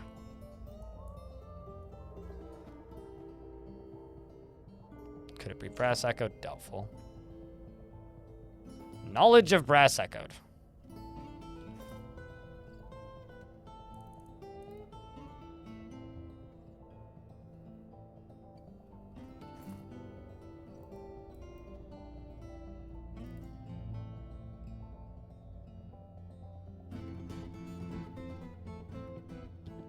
Authored by Edit, it concerns the tower. The writing gives a feeling of compassion.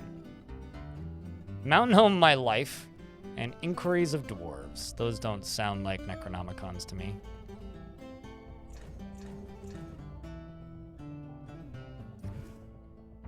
Great Tower, Chase the Tower, Secret of Farm Clenches, True Paper Healer.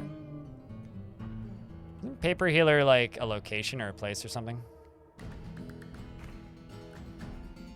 Choose the Tower. Here comes my other bears.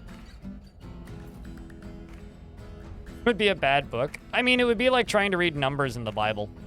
Anybody who's tried to read numbers in the Bible would know what I mean. Concerns the Tower. God damn it, but it is masterful. Choose the Tower is a masterful novel. The Great Tower.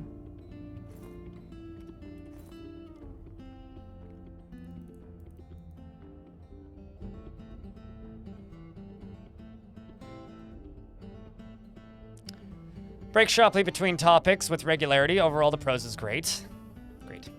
Great, great, great, great, great. It would be useful. I don't know. I do actually think the Bible's an interesting read. But maybe that's just because I've read it. I'm just going to restart real quick. save, because we're in an ad break. But bibliography? Bibliography? Is that actually what it is? I don't know. I don't think the Bible is a bad book to read, just for the same reason I don't think that the Quran is a bad book to read. If you read it from an external perspective, take the details of it and the lessons in it with a grain of salt, and just read it as historic fiction with some historical events in there, it's actually quite interesting.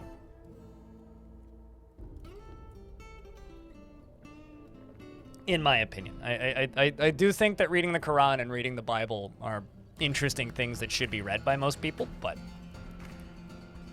I say that as someone who's completely agnostic, who doesn't really give weight to any religion in particular. Even viewing it like that, you're not much of a fan. True, characters kind of suck. Yeah, I mean, fair. I mean, the Bible's like, it's a weird genre, like, anthology, right? Like, there's smut in there, there's history in there, there's straight up fiction in there, there's rumors in there, there's slander in there. It's got a lot of variety.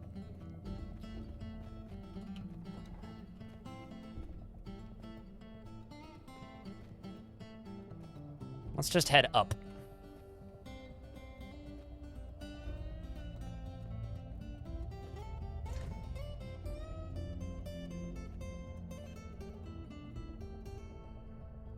It must have been peaches. Sorry, that's just funny. Grower and the Magicians. Ambers and the Thrifty Tower.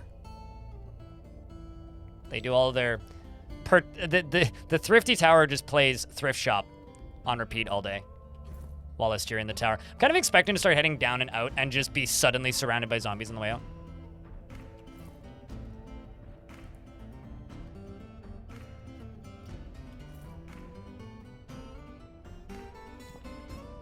I mean, it's not mandatory reading for anybody, in my opinion.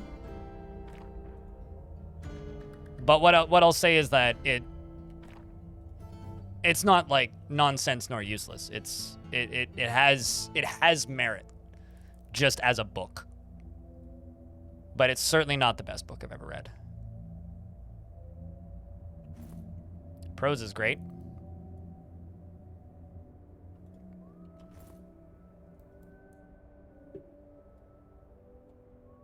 Got 20 cents in my pocket. This is fucking awesome. Here's the thing. $20 in my pocket. It's not going to play sound text-to-speech unless you cheer a minimum of $1. I have to do that for spam prevention. Concerns the false friendship of the dwarf Necromancer and Doomid Ruble Syrup and the dwarf Suxul Fieldhammer in Tongsmith.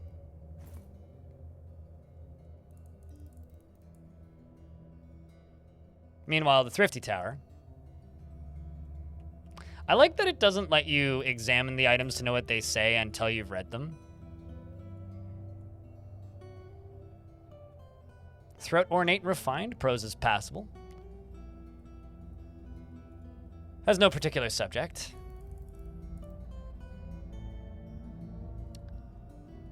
Must have been peaches. It's no particular subject.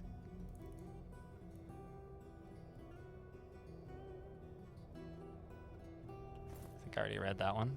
Did I read the Thrifty Tower? Yeah, there you go. Just gonna drop these. I'd keep them, but my pony ran away, so not that I blame it. It's been kind of a horrific afternoon for my pets.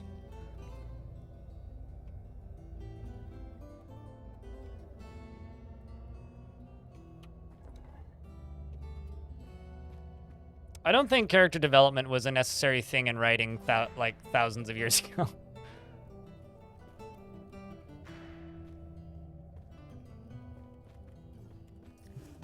I think just being able to write was in and of itself an impressive feat. Captivated by the tower, uncovering brass echoed, unusual dwarves, common sense dwarves, camps and safety, world of the tower, uncovering mudstones and competition questions.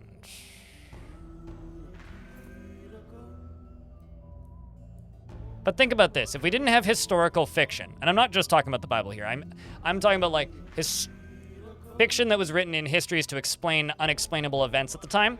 So things like Greek gods, you know, the Roman pantheon, the gods of Egypt. We would be missing a lot of really cool modern fiction. Just throwing out an example here. Hades, right?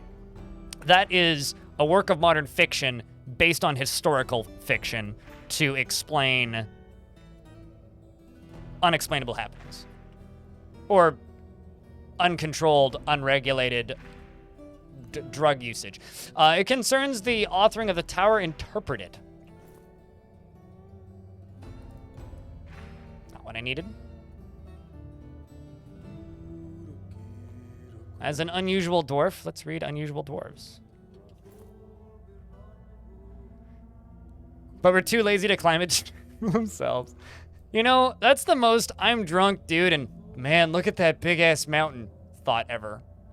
It concerns the master-apprentice relationship of the Dwarf Necromancer Rovod over the Dwarf Necromancer Dumud. The writing is quite cruel. Prose is passable.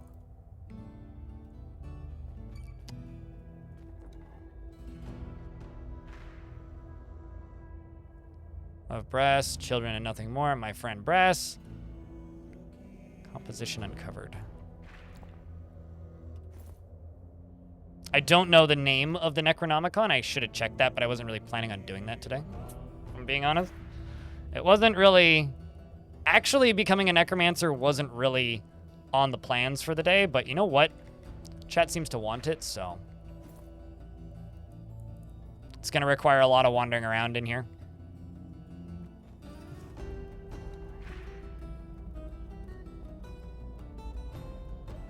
Did you step on a trap? Nope.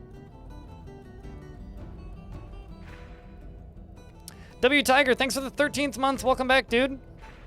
Thank you for continuing to support the channel.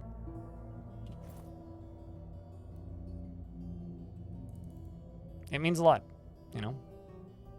As for me personally, it's kind of fascinating, actually, you know, seeing... Like, because there was a large influx of subscribers back in December 22, right? And between, like, December and, like, March of 22, there was a huge influx of followers and subscribers to the channel. And it's really interesting seeing those numbers hit a year, you know, 13 and 14 months. Did I clear the whole tower? I don't think so. I cleared the outside of the tower and everything in the base floor that was coming out.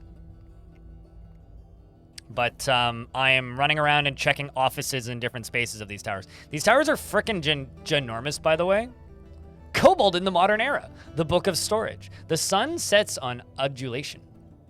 Adulation?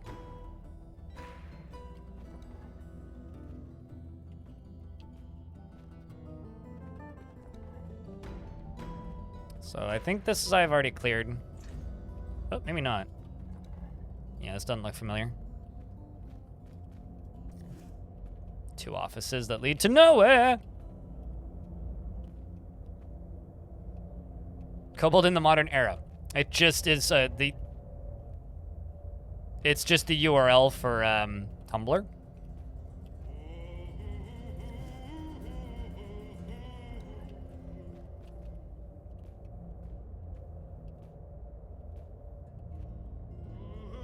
I'm just trying to go up, man.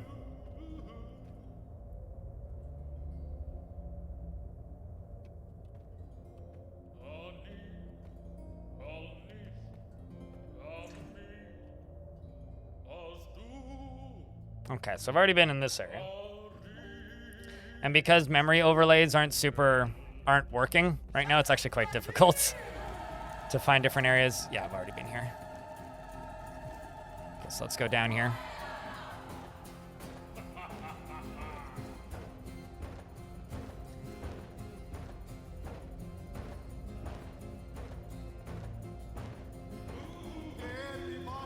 Okay, let's just keep going down then.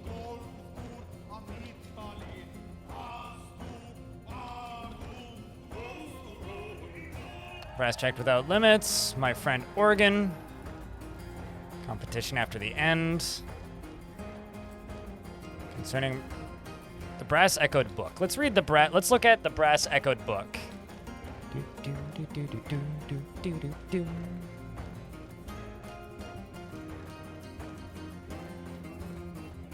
How's the music volume, by the way? I've been trying slightly different volume levels as of late. Okay, so my horse died, by the way. I only have 2 pets. Could it be the Codex? At one with humans. The dwarf, my only mistake before the dwarf. What?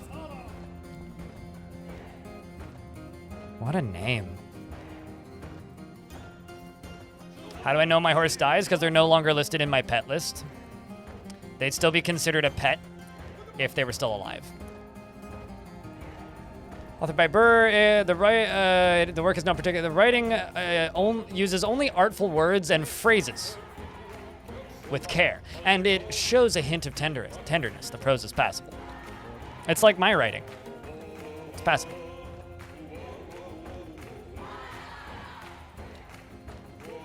Rose gold statue of a dwarf. We did see one necromancer in here, by the way, but I didn't kill him. I didn't even attack him. I put my weapons away and walked around.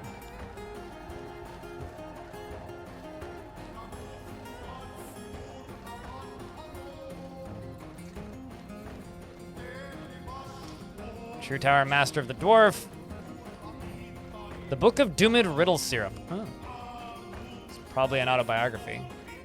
Never underestimate creation. Oof. Dwarf, my only mistake. I mean, it's probably about somebody's apprentice, if I were to bet. You can kind of like interpret a little bit of what the book is going to be about without actually reading it. The acquiring of the dwarves. So this is the Book of Doomed. It concerns the acquiring of inquiries on the dwarves by the dwarf necromancer Riddle Syrup in 217. The writing is as various as can be. So this is about somebody stealing a book. True Tower. So first I'm going to drop the other one.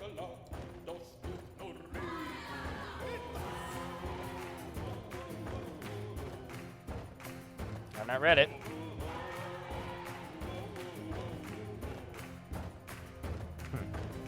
It's interesting. If you mouse over top of something and hit I, it jumps to the inspect screen. I just found like a new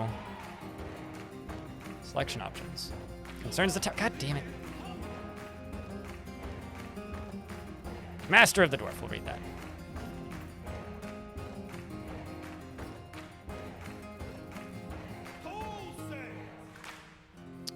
It's an eagle parchment scroll. The rollers are made from siltstone. There is writing on this item which you have not read. Because I clicked the wrong button. That's why.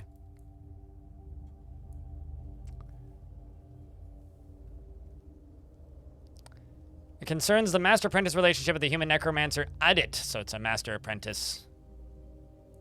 Probably a contract, even.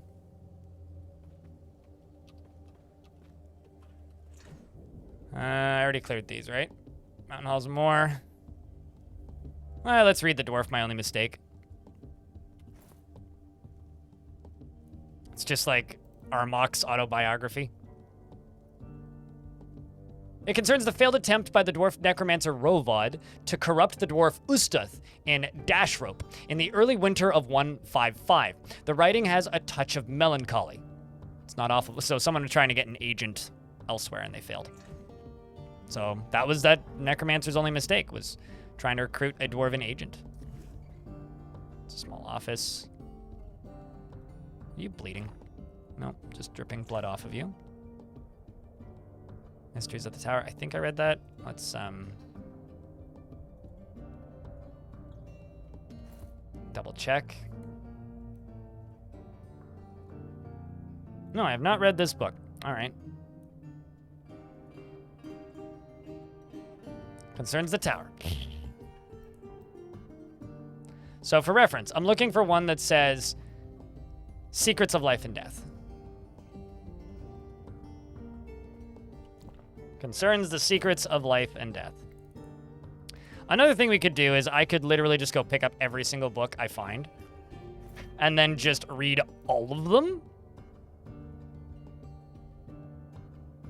That is another thing that we could do, but that would take a while.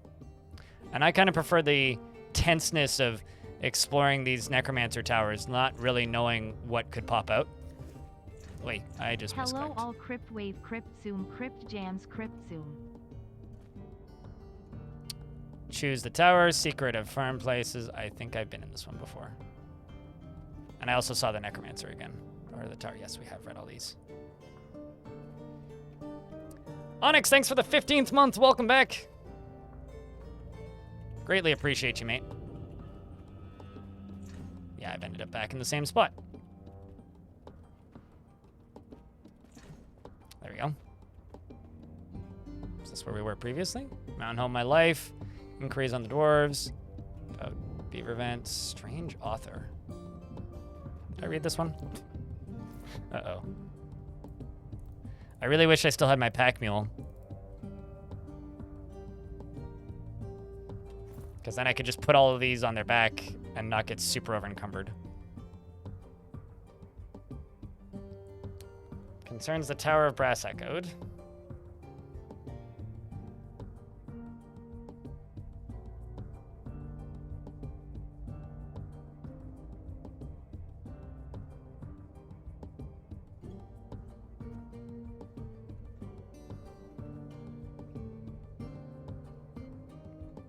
Sorry, I'm putting my phone in airplane mode because Strata people are babbling. Prose is good, though. Okay. Strange Author. Chat room, come on. We can get some more beers for the 15 months that Onyx has so generously thrown at us and the Tier 2 subscription.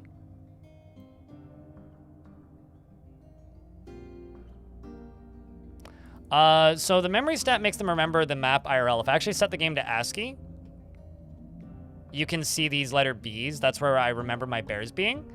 And areas that my character remembers will be like overlaid in different colors.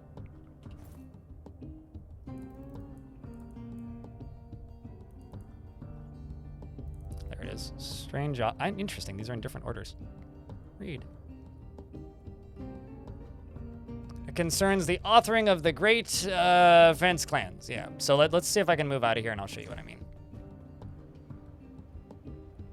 Yeah, so like we have areas that we remember seeing things previously. Although I shouldn't run around in this screen because it's harder for me to immediately identify threats. True Tower, the great blockade stranger, captivated by brass echoes, inquiries on the human. Do we understand the tower? A tower, a new approach. Oh my god. Pursuit of the dwarf. Traditional creation.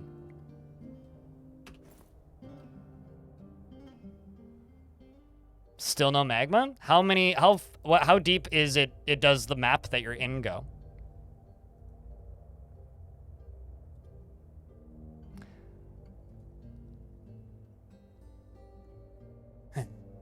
Concerns the creation of the tower in Brass Echoed. The human necromancer, by the human necromancer Desmir, in the early winter of 234. It's masterful, though.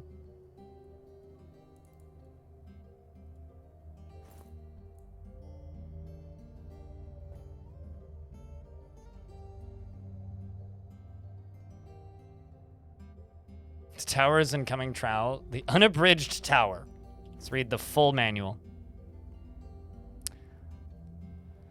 Basically, what you need to do if you want to figure out how deep the map goes, scroll all the way down until it stops scrolling, and you probably need to go about 20 layers above that to find lava. Get a bookshelf, my guy. No, right. I completely agree with that.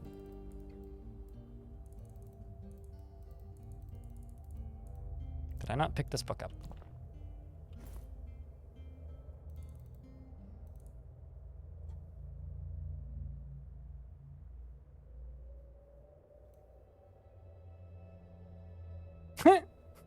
Sorry, I just realized I have a shirt in my water skin. There's something really funny about that to me.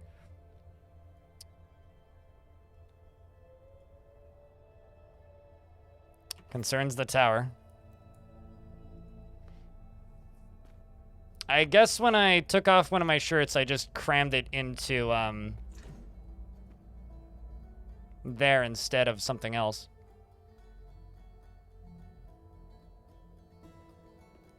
Let's try reading this version of True Tower.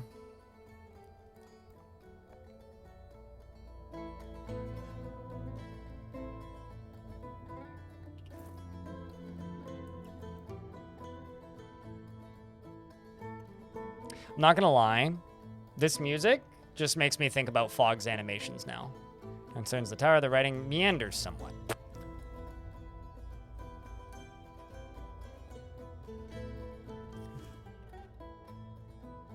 Records of the human, give me brass echoed, competition questioned. On the tower, records of storage practice. Okay, let's just take all of these.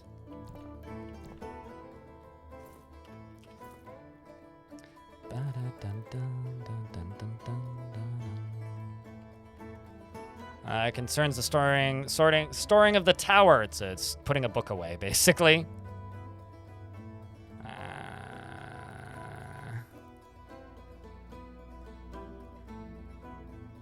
Concerns the tower.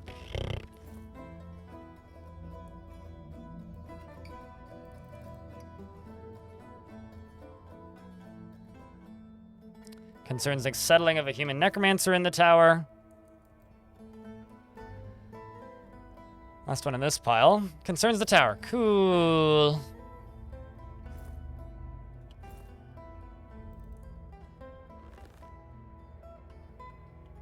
Just gonna throw the book at him.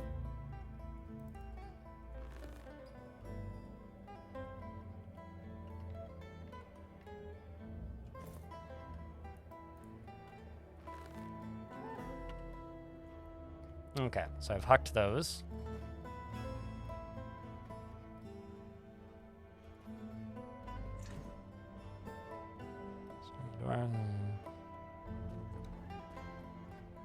Okay, I don't think I've tried this one yet, but so let's try this one.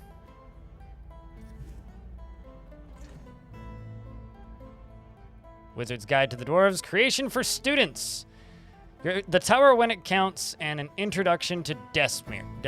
That must just be like the founder's notes. My friend Tarnish. Yeah, I think this, thanks to Fog, is my favorite song on the soundtrack.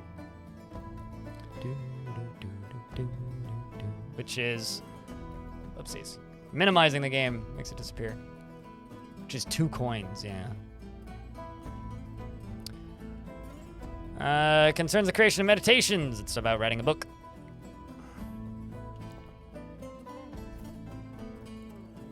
Sorry if this is boring.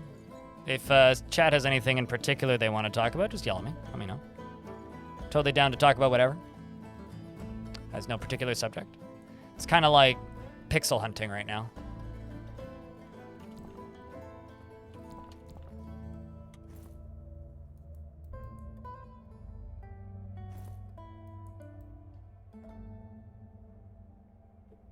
We got a question with that. What is Vote Gremlin? It's a meme that came up in this chat upon talking about the intelligence and the way gremlins work in Dwarf Fort, and we ran with it so much that there's a fan website for it, and also my chat just loves referencing it. Concerns the appointment of the human necromancer as the High Housekeeper of the Society of Freckles. Please tell me that is the name of the group that runs this place. Also, I'm pretty sure if I retire an adventurer successfully in an area like this, that allows me to play as the Necromancer experiments. I'm pretty sure. If they have any. So that's Grizzly Bear Blood. We've definitely been here already.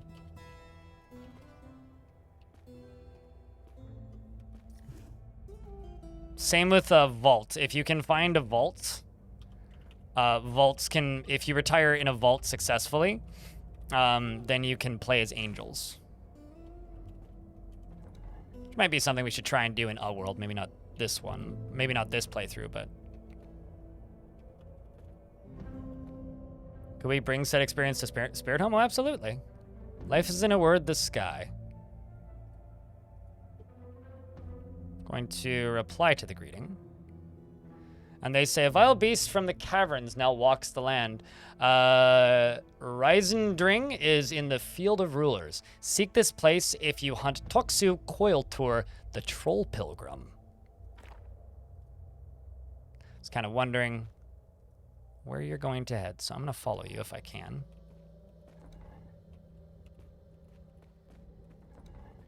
Just keeps fucking disappearing, man. You fucking strange, mysterious gentleman. Maybe he's just stealthing, actually.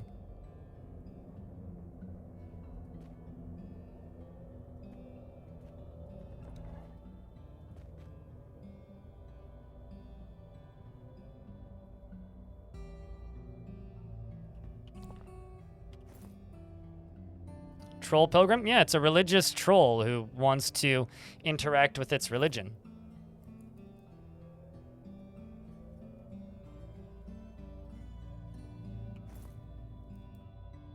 Naturally. I mean, what else could it possibly be?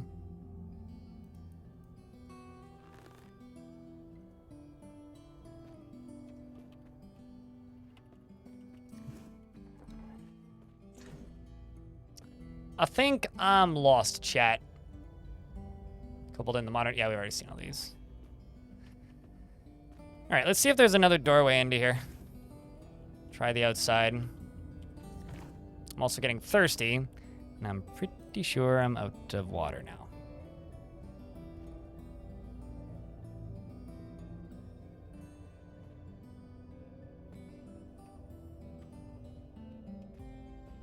Just gonna try following you. See, then he disappears, then he, what, turns around? At times, creeping things slither out from below ground. Word scares the cruel hole is in the tooth of chopping. Seek this place if you hunt Itsy Rampage Mire, the troglodyte.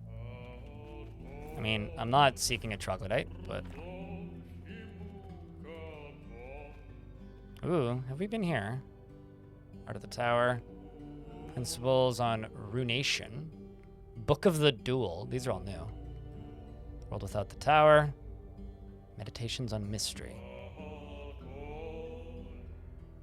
Let's try this. This track? This is Losing is Fun.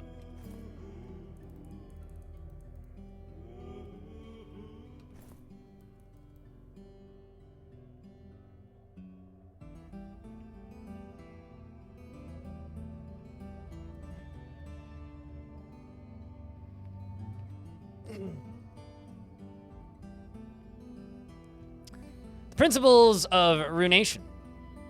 Renaming the item is a manual entitled The Principles of Runation, authored by Zasset Adilsagan. It concerns the secret of life and death. The writing contains some asides related to the author's preferences.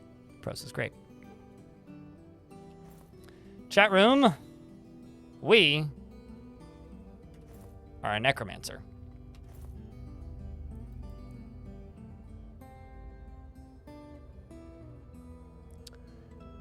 The Book of the Duel, authored by Zasset, and concerns the Bronze Colossus, the Roar of Actions attack on the Dwarf Necromancer Zasset. The writing is stunningly self-indulgent. Obviously, it writes that he won. And overall, the prose is amateurish at best. And it also probably is self-indulgent in that it informs the reader that not only did it win, but it also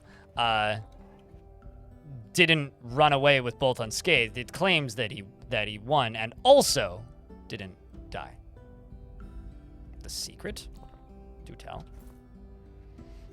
I need to find quires or unwritten scrolls to make copies, so it's not actually that easy, but I will keep the book, though.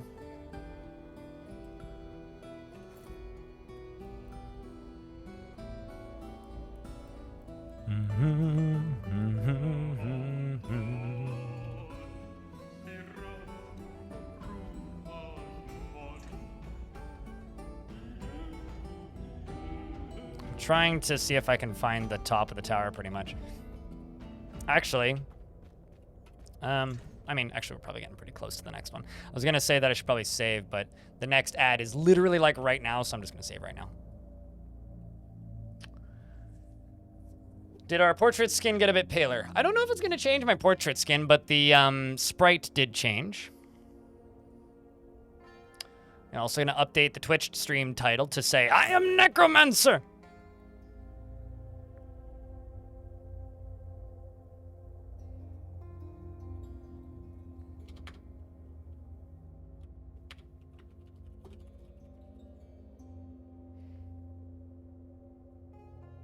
Also, we are... Why is troglodyte censored? It's not. So if you have...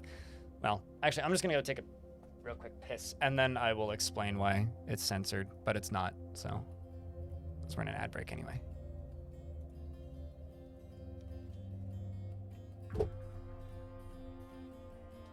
See how he bites off the shell to get at the nut?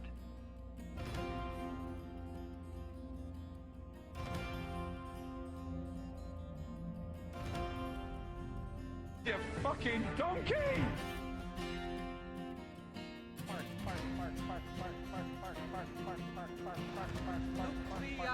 This is my favorite roguelike on the Citadel. Bring out your dead!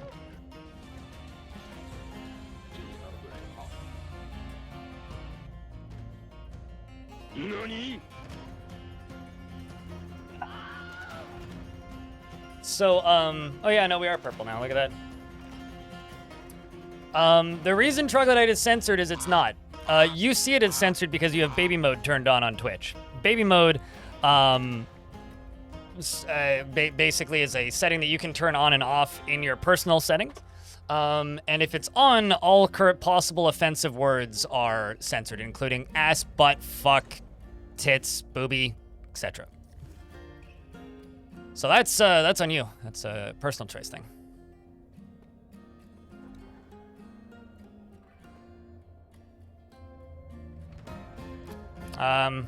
That's scary. So this necromancer is talking to my grizzly bear. Particular outlaws have been causing much hardship. They have a hamlet called Flamefolded, somewhere in the Field of Rulers. The chief Godin says to the same grizzly bear, I hear that a group from the Escorted Wires reclaimed the village of Peak Flags. We are learning all sorts of local news and happenings because the guy's talking to my bear. I think I've already been in here. Yes, and I'm pretty sure I went through this door, but let's double check. I'm pretty sure I went through this door, but let's triple check. Yes. All right. Our necromancer's insane. I don't know. That one might be. I think everybody talks to your pets like they're people, which is kind of fun.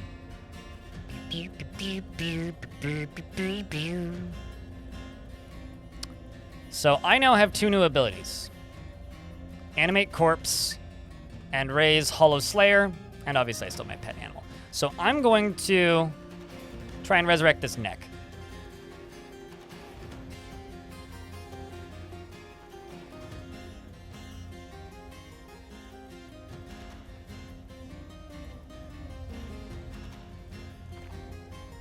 And that says, you gesture. The human neck shudders and begins to move. I don't know if this thing's friendly with me. I'm going to assume not, so let's kill it. Okay, so that is correct. It is not, in fact, friendly.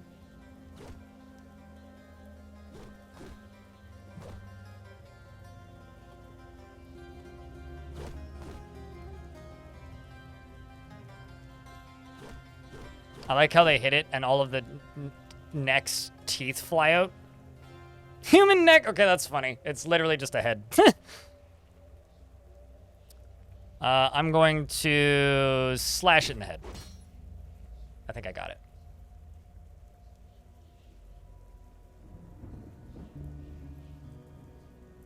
Losing? No. They weren't even getting hit. It just, they had to hit it a few times to actually kill it. So I'm pretty sure... Okay, so I'm going to be completely honest with you. This is kind of unknown territory for me. I don't know what the odds of certain types of characters being friendly are when I resurrect them. I don't know. I'm assuming that raising normal zombies using this building, this option, every zombie is friendly to you. Yeah, sure. But not to my livestock. So if I raise a Hollow Slayer,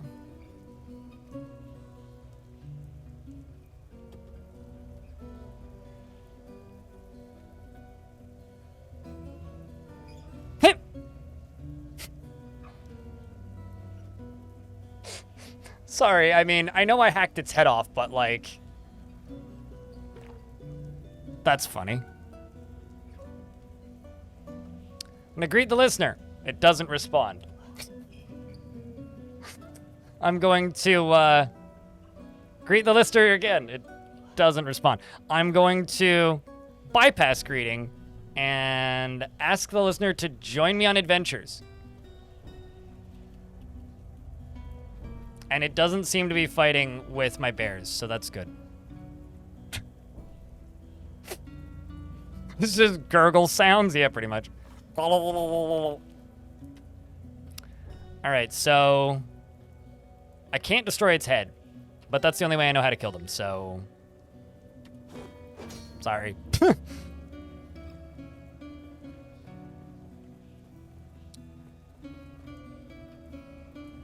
Power corrupts? Sure, totally. I don't actually know. I'm assuming I won't thirst and hunger or get tired. But you still kind of need to eat to keep your mood up.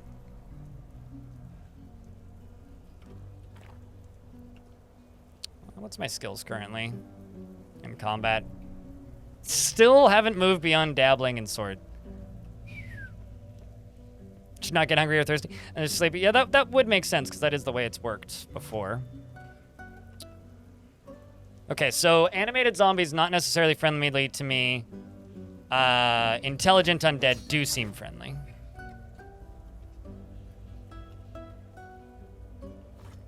Actually, hold on. I need to test something. Are the rest of these zombies friendly to me? Looks like they are. But just not my bears.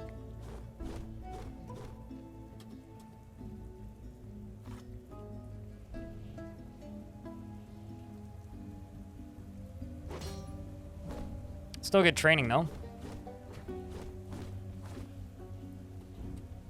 Oh, I guarantee you there's more than one way to infinitely get abilities because I know of one. But that's not really the theme of this particular run.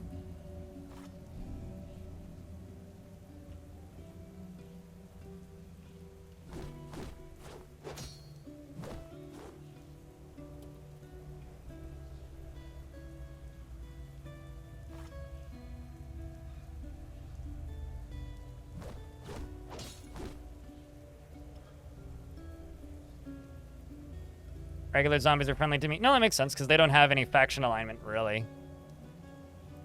Shift A is what I need. B, A, C. Oh. Sword is embedded. Shift A, B, A, C, B. Thonk. Regardless, this is still great combat training.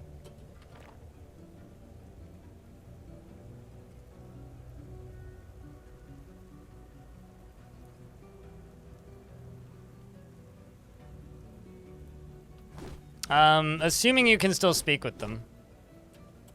But yeah, that would make sense.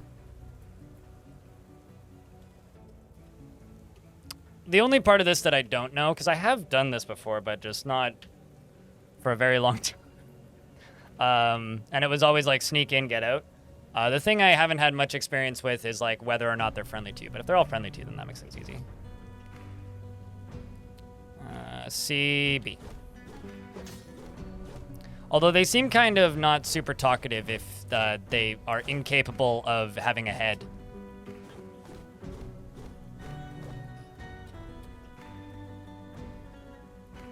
Intelligent undead can shoot ice bolts better than Necromancer. I don't disagree with that. But not all of them can shoot ice bolts. Some of them can cause pain at a distance. They have different powers.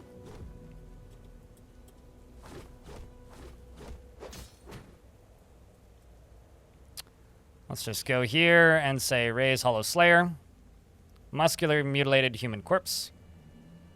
Enter.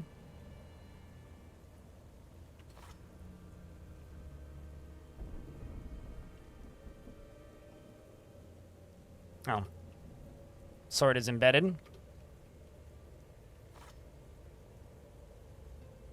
I did actually have a reclaimable adventurer in Fortress mode for a bit who was a zombie, but that was early enough in adventure mode that I was just super down on continuing to play it and didn't. Yeah, you have no combat logs. So I guess if they have no heads, they're not super useful. I don't think I can reattach their head. And if this one doesn't lose all of his limbs, I will wait until the bears kill it and try and resurrect that one. Oops, nope, wrong thing. That's lower arm.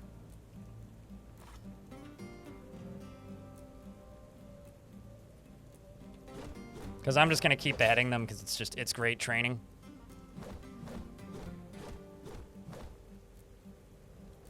Yeah, you can't make necromancer experiments as far as I know.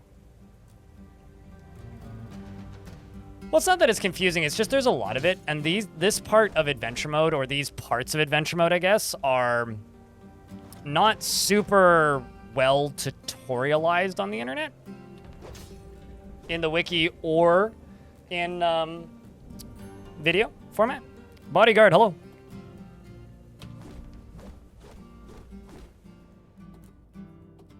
It's not well documented by the community, no. Did a new update reset them? I have no idea where your saved world is. Sorry that I don't really have a direct answer for you, but I genuinely have no idea where your saved world is. It's probably where you saved it. If you downgraded a version or did some strange upgrading of versions, it's possible that you could have lost it. I will definitely grab those steel bolts. Chestnut wood crutch, that I will drop.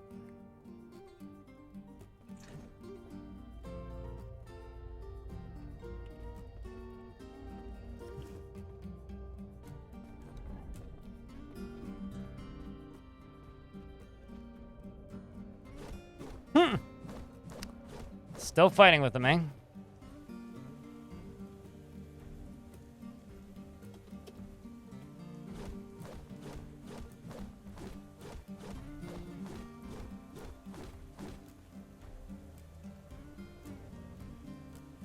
gonna try and move in between the three of them that I don't control, and we'll just try and off them as quickly as possible.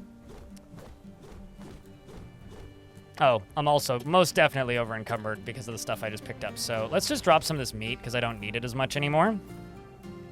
Let's drop the iron bolt, the remaining iron bolt. Let's drop these 2 left gloves because I don't need them. Let's drop the grizzly bear meat and let's be less encumbered. Alt-Y, strike, hit the neck, and slash. Didn't kill it. Let's go for the top one. Alt-Y, strike, slash neck.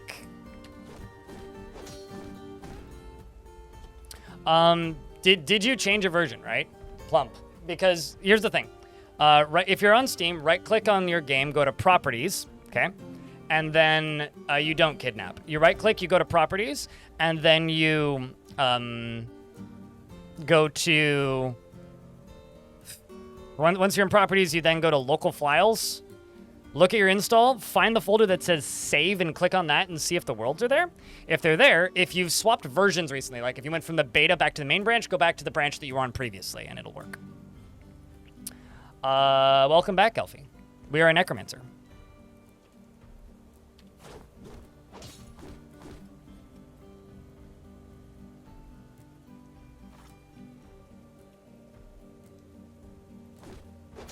That's another one. I want the bears to kill that one with its guts hanging out so that I can resurrect it and have one that actually can move and talk. Or at the very least, move. Because if they don't have heads, they seem kind of directionless.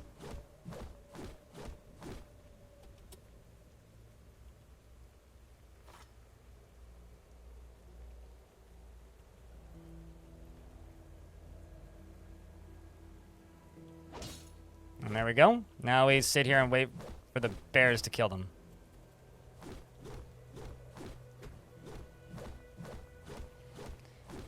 Which may take a while. I don't know.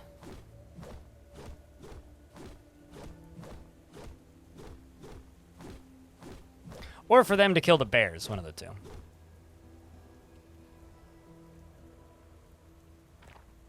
Unconscious, great. Overexerted, unconscious, great.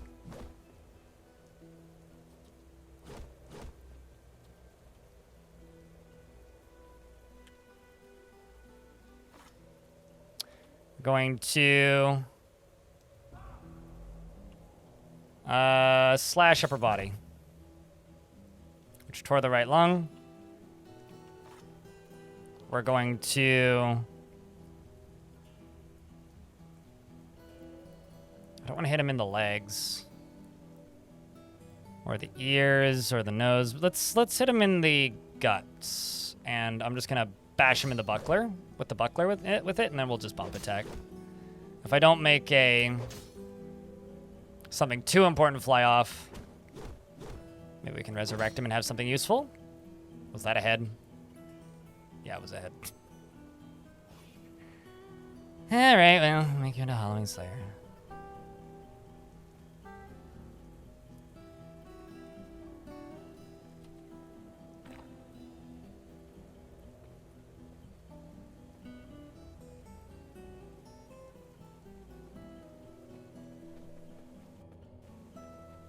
Oh, one of my bears died. Let's see if resurrecting the bear makes a friendly or a not friendly bear. And also, I don't think I can do this. No, I can't. So instead, we will go animate corpse.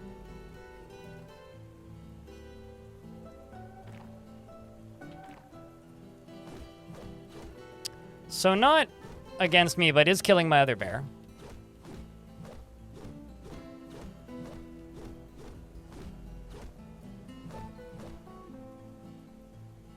Dwarf Fortress has never had cloud saves, no.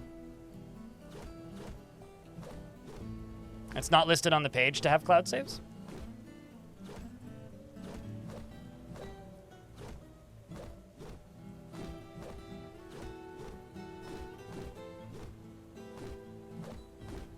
So what we need to do now is wait for this thing to kill this bear. Once it's killed this bear,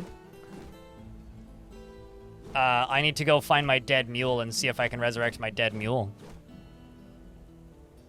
Yep, okay, so now we have a friendly zombie bear, and I can resurrect another zombie bear.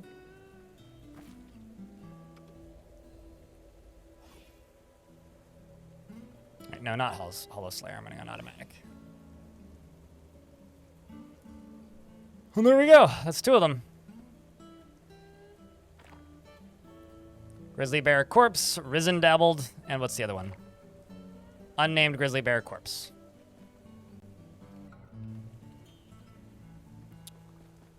So while they are doing that, I'm gonna go try and find the body of my now dead mule.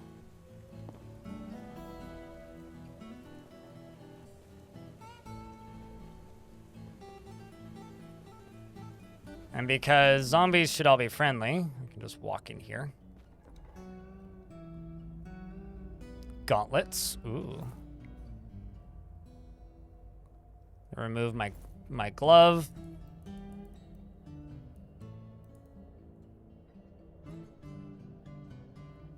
My mitten.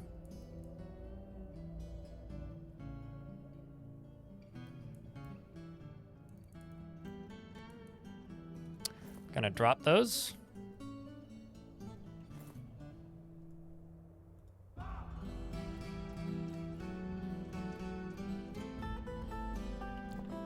Gonna grab the bismuth bronze gauntlet.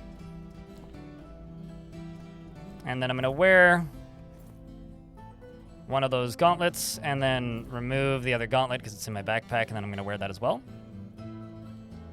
And then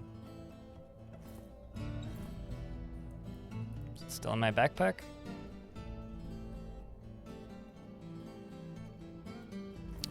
I'm gonna drop this extra glove. I'll wear the gauntlet. There it is. Time to kill and resurrect a forgotten beast? Sure. There's a trap there. It's just a bronze warhammer.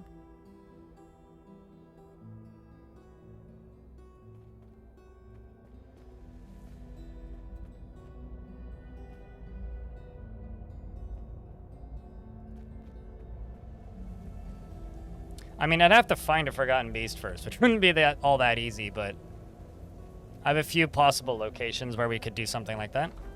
Okay, I need to head north. Grizzly bear blood.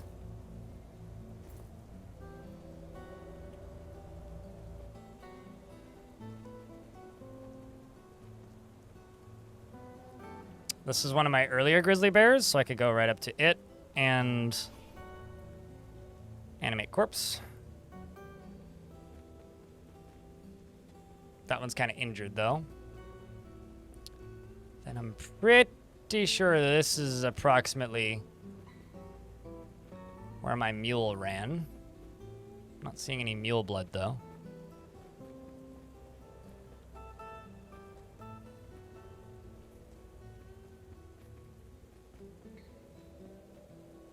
Because I would like to bring my once pet mule back to life. Oh, no, you're right. I did butcher the mule. Shit. Well, fuck that, I suppose. Rest in peace, Mr. Mule. How about some of these corpses? Although I'm kind of presuming that if I start walking into a town with all of these zombies following me, they're just going to kill everything.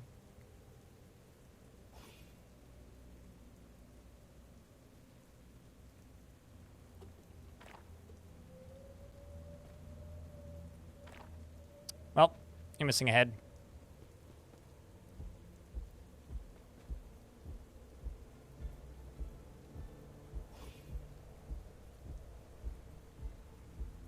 How about you?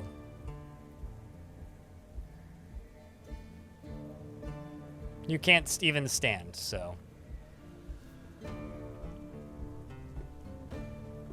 Not unless you can talk to them, right? If I'm not mistaken. I'm pretty sure they follow you if you talk to them. And ask them to follow you or whatever. Or join you on adventures. But if they don't have a head, you can't tell them to follow you.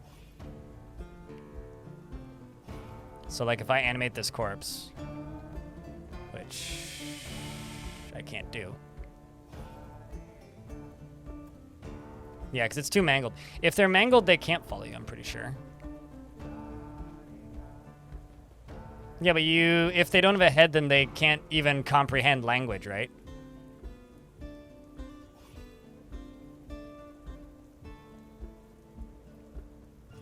Because, like... No, okay, that one follows you. But I'm pretty sure that intelligent undead do follow you, though, right? Because I've literally seen that before. Although maybe they're using some sort of ability or something. Or some sort of mod, which is also possible.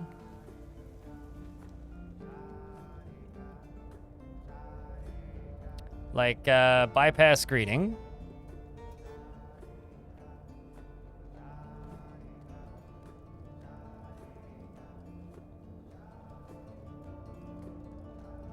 That's not the option I wanted.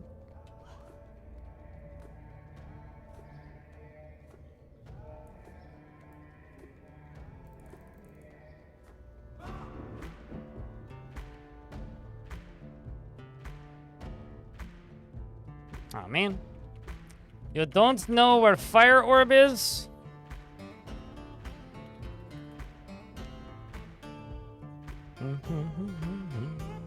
Let's see if I can ask him to be a guide to myself. I'm pretty sure you can get them to follow you, but...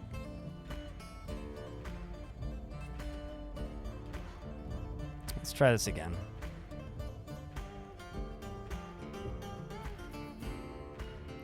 Yeah, maybe I'm wrong. Chunk of grizzly bear, because I was definitely in here already.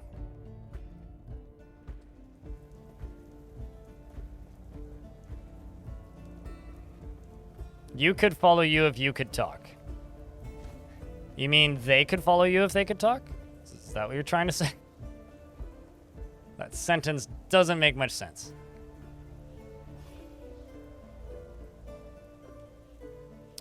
So chat, I got a question. Where to now?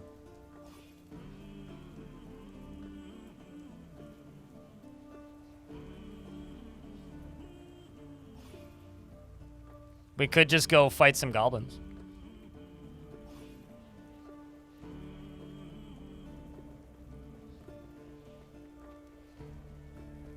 Make a zombie empire? I think I am a zombie empire.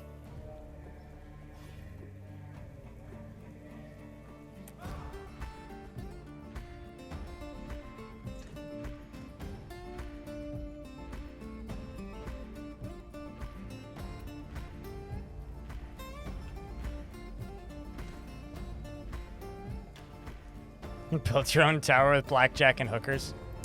Fortunately, we have to wait for more patches before I can build my own tower. But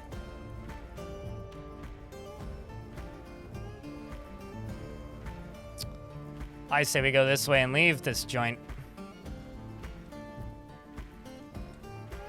Get that clown slab. I mean, that would be going endgame.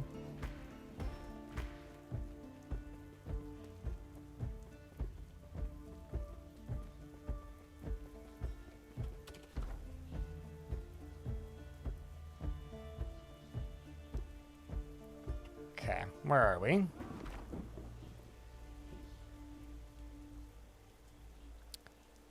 Is there goblin locations in the vicinity?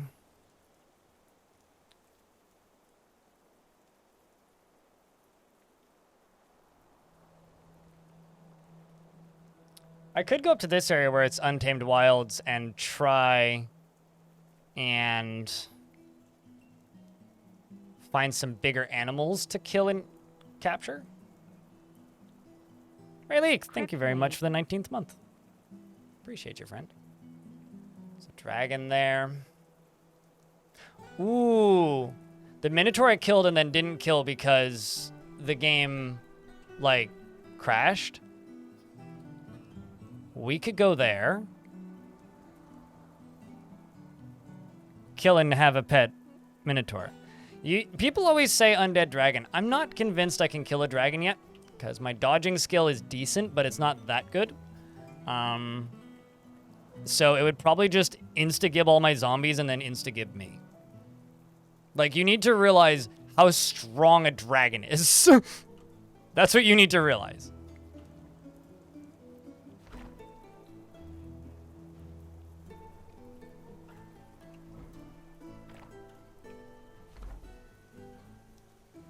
Yeah, let's start with cave dragons, or like, you know, going to... Oh, wolves. Or wolves. Zombie instantly dies. Alright. There wasn't much left of it anyway.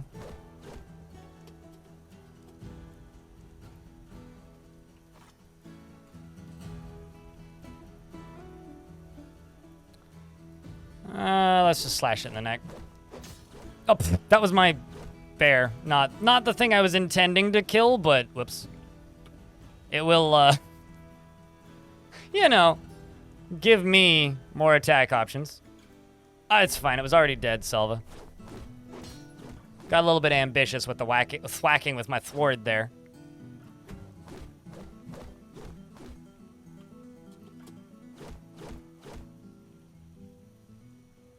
I shake the so apparently I bit it, and I shook it around by the left eye tooth. So I bit it in the mouth, and then shook it around by the mouth, and made its left eye tooth fly off. And then I cut its paw off, actually. Now it's dead. And I'm going to go to abilities, and I'm going to animate a corpse.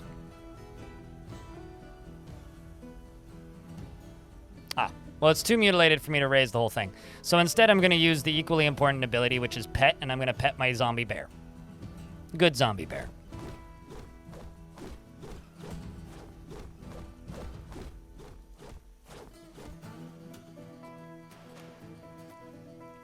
Free XP? Sure, yeah. Lower body, I can get an attack of opportunity if I strike it with my sword. Oh. I'm attacking my grizzly bear corpse again. God damn it. Why do I keep accidentally doing that? I'm just moving through that first option too quickly.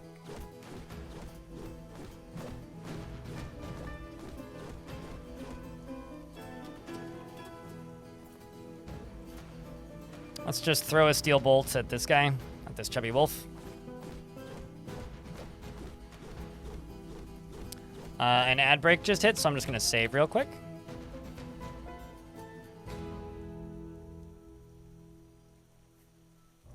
The zombies have redundant organs, which allows them to win this fight. The wolves get tired, but the bears will not. I know, you're totally right. We'll win this fight. I'm not worried about this. Wooden buckler better than undead dragon. Okay, right, Tsuki. You go become a necromancer with your minimal shield and dodge skills, and you go do that, and let me know how that goes. And if you tame it successfully and have a zombie dragon friendo, let me know. Personally, I'll consider doing that once I'm comfortable with my blocking and dodging skills. We good to go? Cool. Now that we're on the same page, please stop asking me to go after the goddamn dragon, because I'm not going to until I'm confident in my skills. I don't feel like dying. I don't think dragons talk, no. By that I mean you can butcher them. Generally, things that talk you can't butcher.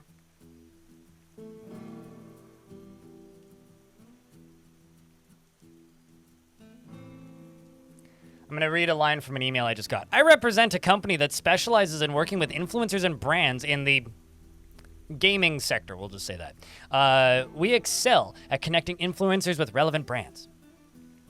I hate to break it to you, bud, but I don't think there are any relevant brands to me, and sending me a Skype and a Telegram link is a real bad way for me to have any faith in your abilities as a company.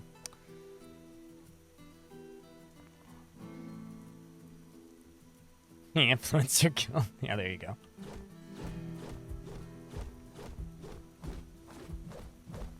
Speaking of tired, my character here can't move real quick, which is a little bit annoying.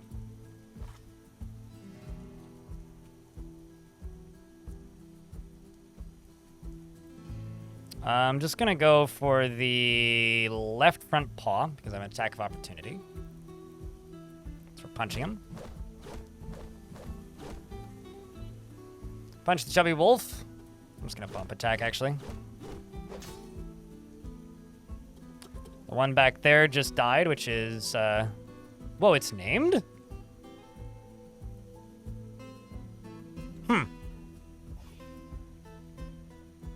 This wolf is named. It must be some sort of legendary creature. I'm actually going to dodge west. And stand up if I can.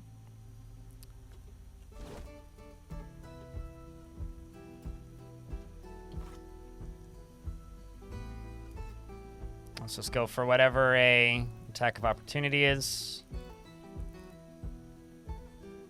I don't have any, so let's just go for the head. Slash. Done. And I think its head landed in a tree. I like how it says that it's been knocked unconscious. I literally removed its head. Like... Certainly hope it's unconscious.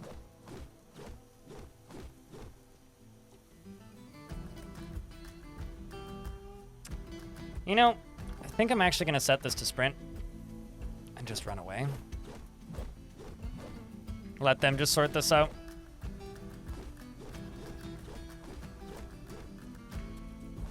No, it's not inaccurate.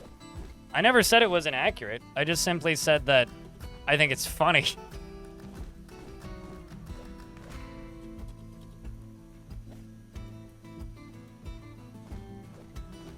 Just jumping away. Makes me move a bit quicker. It's kind of like the Legend of Zelda equivalent.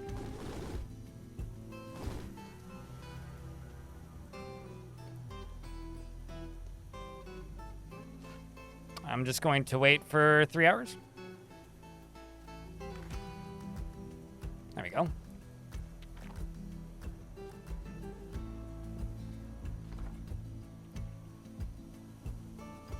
Do, do, do, do, do, do.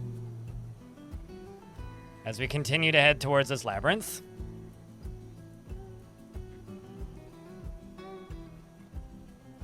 The thing is, I need, in order to fight a dragon, I'd either need pretty good range skills, which I don't have, better throwing skills, which I am getting better at, but I'm not great at just yet, or significantly better dodging or blocking skills, which I don't. I'm good at dodging, I'm not great at blocking. And so I don't really feel like, you know, going through all this work to then just like insta-die. And then also, whenever you get into a combat sequence, you have to be lucky enough to dodge its fire, because it's then just going to breathe fire at whatever it's in combat with, right? Which also ain't great, you know? Like, it's just, there's kind of... Okay, so it's southwest. We're going north. Let's go southwest. So currently I kind of have, like, no real... West, northwest. West. Ah, there it is.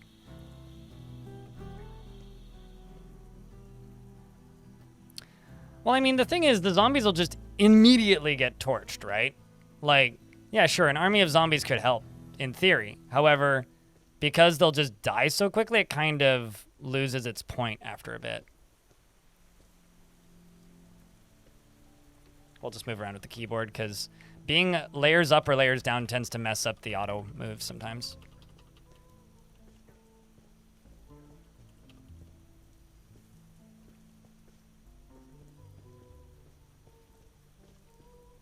Okay, we're hearing him now.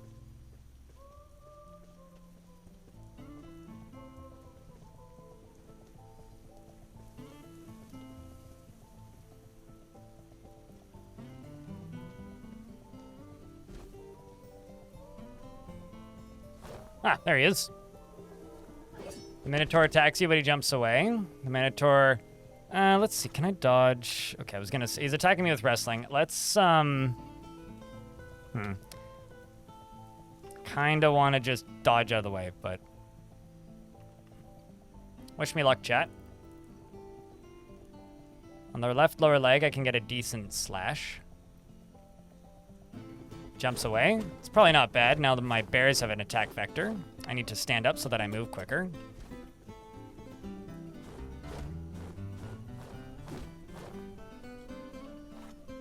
It's the top image. Just gonna go for a stab in the upper body. I missed. You slash the Minotaur in the right arm. And made its arm sail off in an arc. I am not injured yet. He's attacking me with something. Attacking me with my right horn gore. He's trying to gore me. Let's see, can I hit him in the horns? Well, actually, no, I don't really want to hit him in the horns. Let's just go for this attack of opportunity, which is biting him in the leg. Perfectly normal attack vector, which lets me latch on firmly, which then allows me to wrestle with my teeth and also my left lower arm. So, or on the left lower arm. So let's wrestle. Can't do anything with that one. Let's try the other one.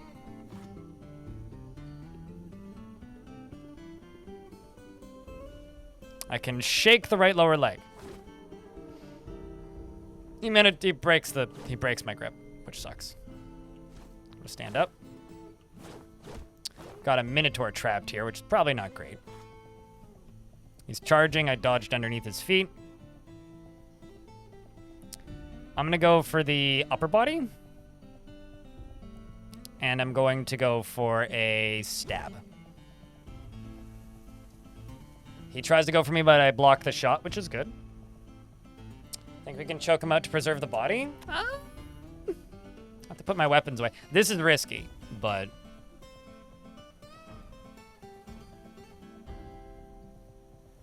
Let's grab with hand, grab neck with hand. I grabbed him in the neck with my hand. Let's go back into combat. He's still charging. We're gonna go to wrestle. We're gonna wrestle with my hand.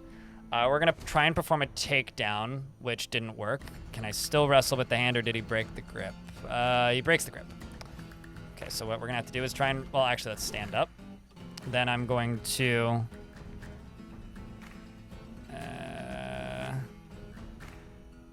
wrestle with my right hand. I think I need to grab the throat, actually. Where's the throat? The throat is like one of those weird things that's like way further down. There it is. I grabbed him by the throat with my right hand. Let's wrestle. I could choke, perform a takedown, throw, pinch. Let's choke. You adjust the grip. And then I wait a turn, I think? Yeah, he breaks the grip. So I don't know. If it's too risky, it's probably not worth it. Well, it's not that risky. It's just like one of those, I have to be kind of cautious. My wolf collides with me. That's unfortunate. Oh, shit. I lost a wolf. How's the, Okay, he is tired and bleeding heavily. I need to check my health. He's pretty focused on the Grizzly. Stand up. A little bit of time passes. Well, wish me luck here, chat. Let's keep going for the throat. I just realized that my steel sword is actually embedded in him right now.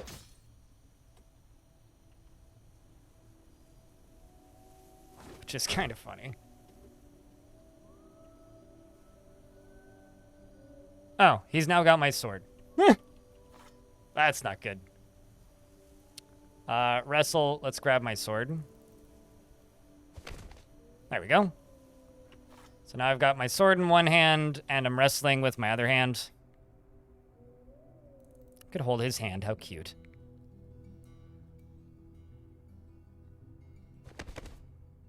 Grabbed him by the throat again. Actually, let's see, what's his status? Stunned, pale, heavy bleeding, so now would be a good time to try choking. The thing is, my bear keeps, like, colliding with him and, like, crashing him into the wall, which keeps causing him to lose balance and fall over.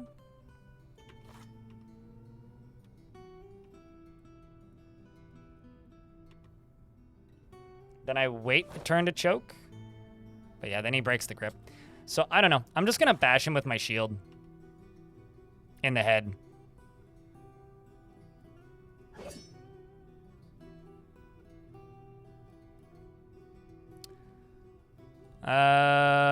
Mutilated corpse bites the Minotaur in the left leg.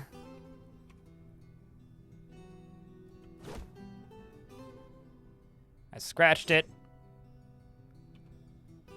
Okay, so I don't actually have my sword equipped right now. It's in my hand, but it's not equipped.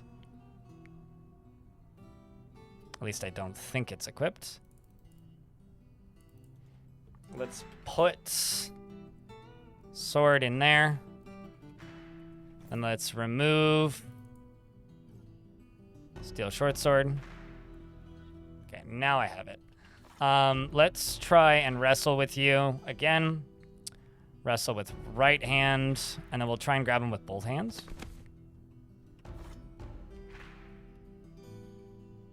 Left hand.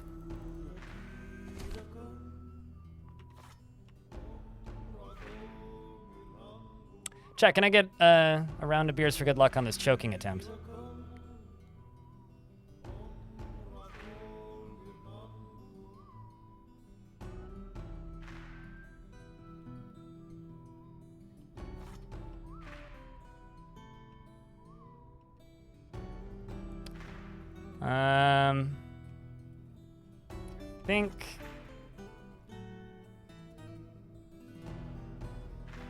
I think I'm doing that. I feel like I'm doing this wrong. Hold on. Do I go to throat and try and choke him that way? I could punch him. I don't really want to bite him. Yeah, I think I'm doing this wrong.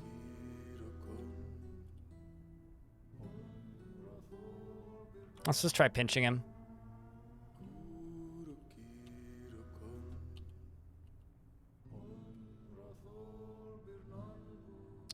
Minotaur says I've improved my dodging, and that was satisfying.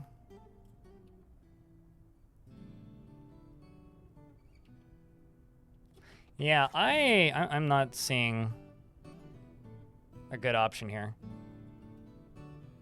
Kick him? I would have to kick him to actually do that. Yeah, I think I'm just going to strike him. I'm just going to bite him.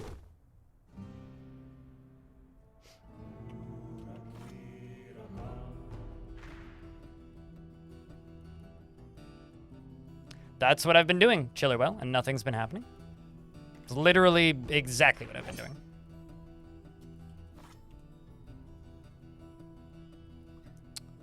Because, let's see. You shake around the thing by the upper body. That's fine. That works. If I go to choke him, you place a chokehold. Okay, let's try it again. Now let's wait. Because, yeah, it just says, like, waiting a turn. Like, if I put this away, I'm waiting turns. It's just scratching him. He's, like, gone, so... Okay, no, I guess you do have to manually do it or bump attack, yeah. I thought that this worked a completely different way, but I'm strangling him now. Minotaur is suffocated. All right, well, he lost some teeth, but that's about it. We now have a strong friendo.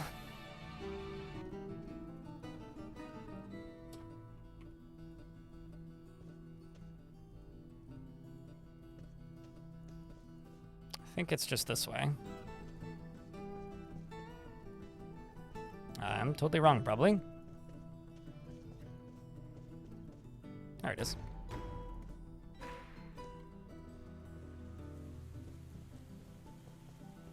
I reached down his throat and ripped out his soul.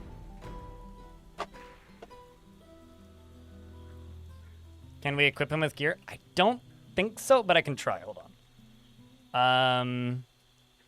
Let's see if we can.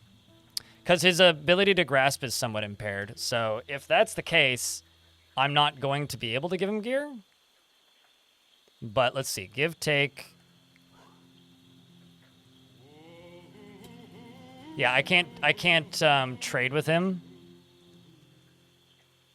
Let's try trade or settle debts. Yeah, I can't trade with him, so no, I can't.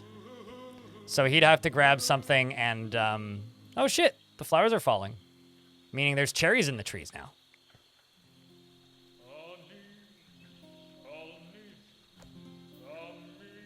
That's kind of cool. There's apple flowers here. Yeah. We are at the changing of the seasons. Are the bushes ripe yet? Nope, still flowers. Oh, there is raspberries, though.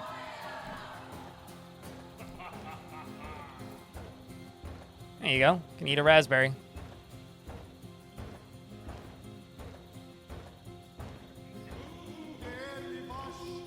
I'm now Lord Necromancer, which is kind of awesome. The Grasping Lance of Miles is my full title.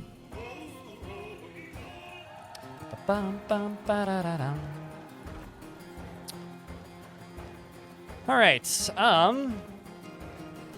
go murder a human Hamlet. How about we go to one of these forts? Or, I mean, the thing that I actually want to do is I want to find a goblin pit, because I think that would be fun to clear, but I'm not seeing any in the general vicinity.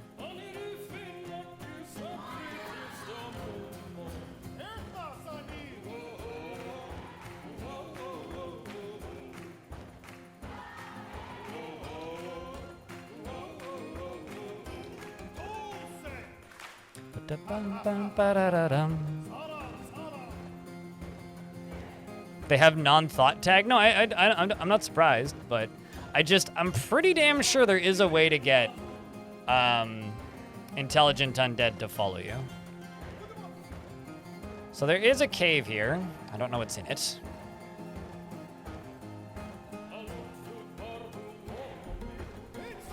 I've discovered a river. Okay. You feel uneasy. What kind of zone is this? Oh, that's interesting.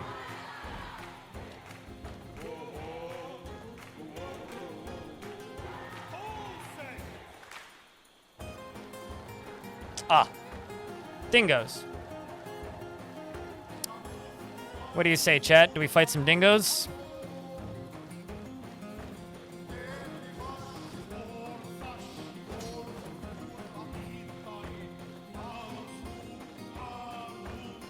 Let's just dodge away from them. Train my dodge skills. I will say, my friend's here, a little on the slow side. Covering from attacking me with bite, attacking you with bite. Aiming for the upper body. Let's go for the right front leg. And go up to the top here and just slap it. Or slash it, rather. Hello, Nerdy Fiona and Unchowder. Unchowder! Thank you very much for the raid. Chat, can I get a round of beers for the Raiders? Raiders, what were you guys up to today? What were you playing? Let's dodge northeast.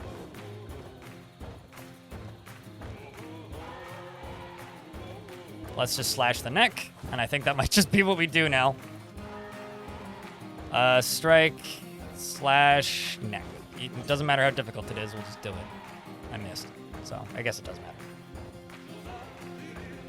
Working on the Elden Ring DLC, but Dwarf Fortress is one of your main squeezes. Gotcha. Yeah, no, this is I play too much of this game, and sometimes chat lets me play other games, but or begs me to play other games. What I should be saying, but oh, I'm in a martial trance now. Excellent. That's what I wanted. There you go. It's one. Slash the neck.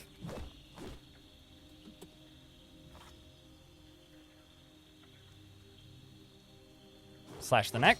There you go.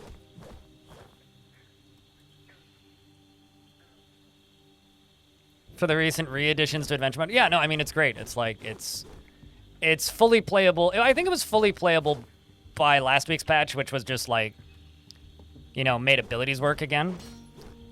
But since we now also have not only abilities, but crafting, it's like, yeah, we're back to fully playable. I mean, it of course would be nice to have things like, it would be real nice to have things like the quest log and stuff, but I wouldn't say those are mandatory by any stretch. Definitely an optional thing.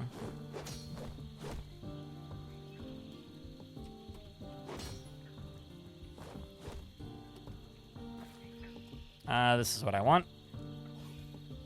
Let's animate a corpse. Oh.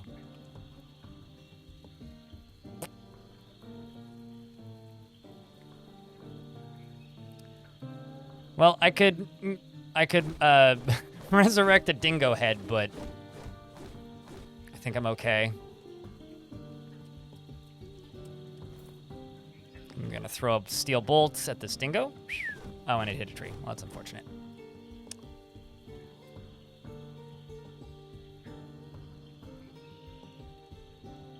I mean, I would say the quest log is necessary for, like, not evil runs. But we're at a point now where you can play pretty competently as an evil character. Because you're not really getting quests generally as an evil character.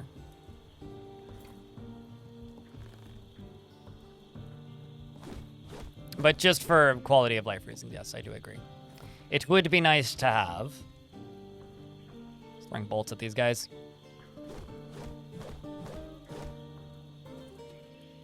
You didn't think the DLC was too hard until you got to the final boss. I had like 40 runs that lasted 10 seconds, and then 30 more runs didn't make it past 30. And then maybe 10 runs got halfway through meaningful past that.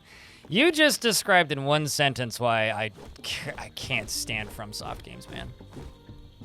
Like, they're great games, don't get me wrong. But, like, that's not a difficulty style that I find to be even remotely fun. We're just gonna slash in the right leg. There you go. You didn't need that. Let's go for the neck and slash it. There goes the head. Now we're ahead of that one. Let's go for the neck and slash. Still alive somehow.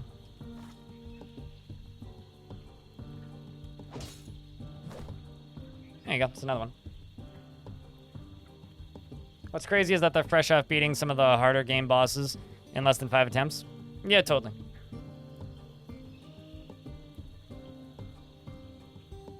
I'm trying to think of, like, not evil things that you could do in adventure mode right now that are fully playable. If you're good at finding locations, you can, like on the overworld map, you can absolutely play adventure mode as, like, a... Uh-oh. Was that me bleeding? My right foot's cut. Okay, that probably was me bleeding. I need some foot armor. But, right now, as far as being a good character goes, like, you can ask for local troubles, and it does expose stuff on this overworld map up here. So, like, if you ask for a location where there's something that, like, any troubles around, right? Then it'll make these, like, caves and things on the overworld be findable. Like, it makes them show up on this screen. But that's basically all you can do, so it's a lot of pixel hunting, but you kind of can be. I mean, that's literally what the quest log has always done. So in older versions of the game, it would do that too.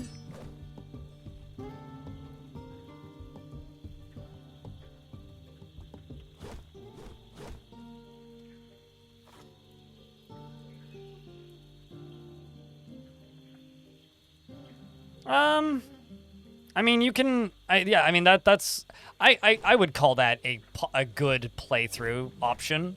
Let's see, can I resurrect this dingo?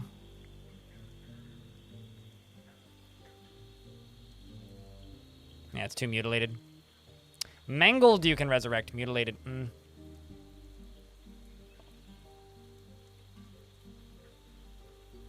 Mostly just exploring at this point.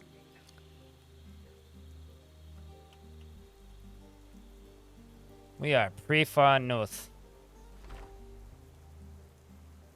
So Raku lives up there. I want to say there's a bunch of goblins over this way.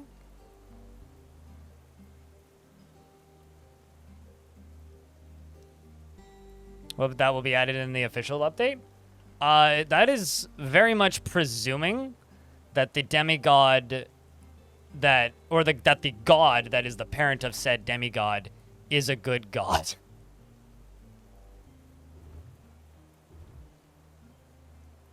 Because if they're a good god, then yes. If they're not a good god, well, that wouldn't be... Ooh, it's dark up here. And it's cloudy. Let's just make a campfire.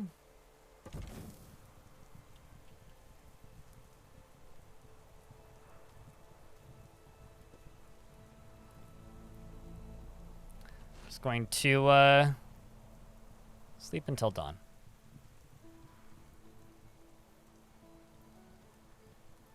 Oh, there's tons. Mountains are considered a good sphere. Forests are a good sphere. Jewels are a good sphere. There's plenty of good spheres for gods. Although Dwarf Fortress kind of takes the Brothers Grimm fairy tales style of what is good. We're in a storm right now, so I can't see shit.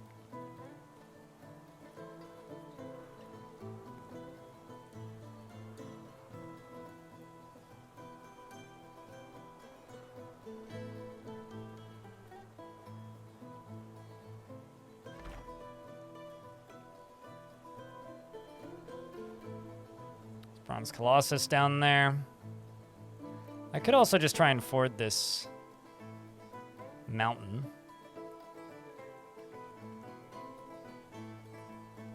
I wonder, like, I'm very curious as to what we're going to be able / allowed to do in... Because gods can also be living entities, right? Like, things can be elevated to the point where other things worship them, which is kind of intriguing.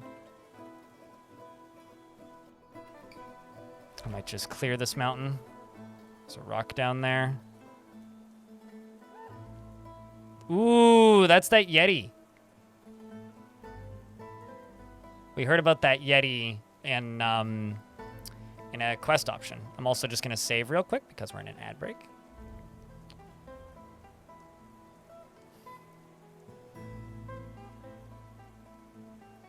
What, by the god on Chowder?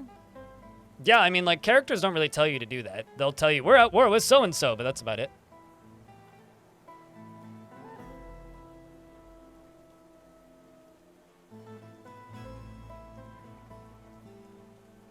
Undead Yeti friendo. Well, apparently this Yeti has slain 70 things. So I would like to see what those are. So I would very much enjoy witnessing this. Also, YouTube chat, if you are listening to me right now, by the way, there's 63 likes and 63 viewers, and I guarantee you that there's people watching the YouTube stream right now that have not liked the stream. So if you haven't liked the stream, please leave a like on the stream.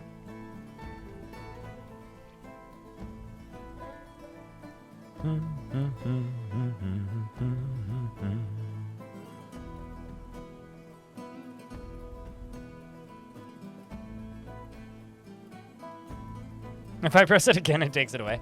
Well, just make sure to double click it if you decide to click it again.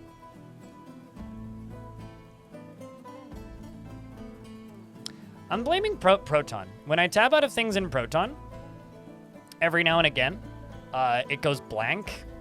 So when the game's loading, I tab out. Also, now it's up to 69 likes. Nice. But something else that's worth mentioning is this is the highest concurrent view count I've had on a YouTube stream in like months. So thanks, YouTube. We are going to manually cross this mountain. And before I do anything, I'm actually going to start a conversation with my god. I'm going to greet the listener. My god is the god of mountains and fortresses. Also, thank you very much for the $10 super thanks. YouTube chat. Twitch chat and YouTube chat. Can I get a thank you for the 10 bucks coming in from the YouTube side of things? They say likes to click. Thanks for the super. I'm pretty sure you single-handedly have thrown more super thankses into my chat in the last, like, 2 days than I have received in the last, like, since the release day of Adventure Mode. The release day of Adventure Mode, things got a little silly, but I'm gonna ask about the surrounding area. Tell me about this area, because I don't know where I am. And I'm going to ask about somebody. I'm gonna ask about Risen, my mule. Tell me about the mule, Risen. Walk, carry the scalded knife. I'm gonna ask the listener to join me on adventures. And then I'm gonna coyly say goodbye. Now, the reason I'm talking to my god, even though literally nothing happens when I do this, is because my dwarf feels wonder, and it fills a need. Which makes it quite useful, actually. Oh, shit! We're working our way through Dabbling Swordsdwarf. Risen was his name, or Risen. Is that a hoary marmot? That is a marmot! Alright, let's cross this mountain.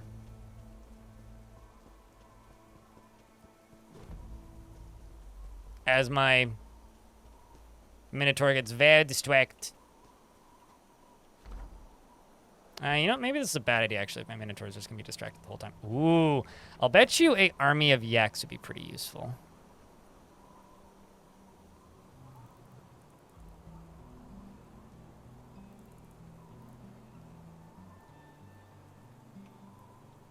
Well, actually,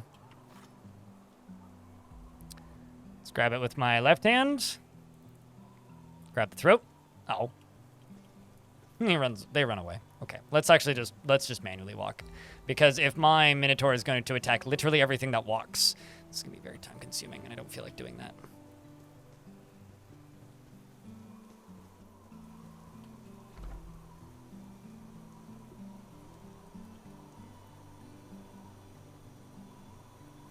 Your sub appears to have run out, Psychon.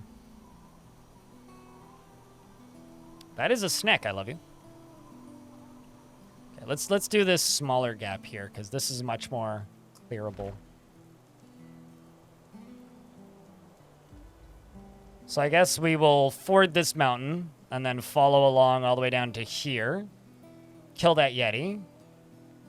And then cross over here, maybe explore this little valley. Cross over here and explore around in here. Maybe go check out the rock. I'm starting to feel a little ambitious. And I appear to have lost my bear. Oh no, well. I barely knew him.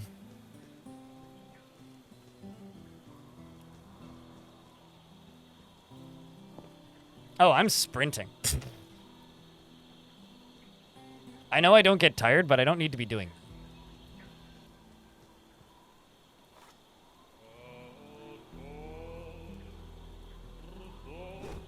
Just punched him. Insta dies.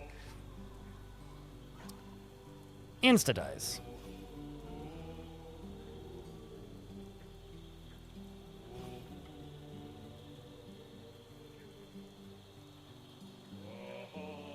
That's interesting. I guess it's just mangled. They're always mangled, man. Let's grab some raspberries.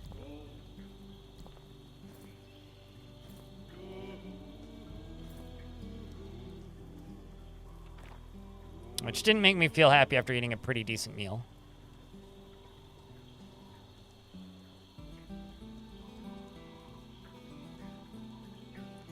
Where are you headed there, man?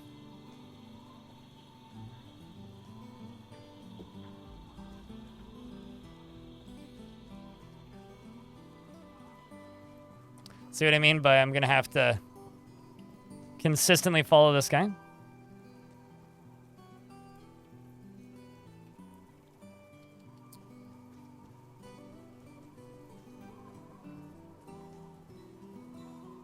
Who do you go in a goblin for to get permission to sleep?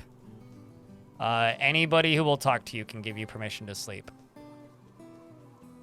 Assuming you're like friends with them. Otherwise, literally nobody, so leave. Walk just outside of the zone.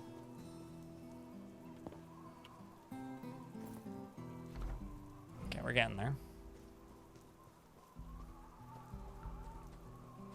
The reason I'm not going super fast, YouTube chat, is because I don't want to outrun my zombies. Zombies are not necessarily going to move the fastest because they're undead, so they may have injuries. While this guy doesn't have injuries, it's mostly I don't want to forget that I have zombies following me, and I don't gain endurance or anything from running fast. All it does, it makes me potentially outrun my friends. And it also makes it easier to miss in the direction that they're going, which is why I lost my bear just now.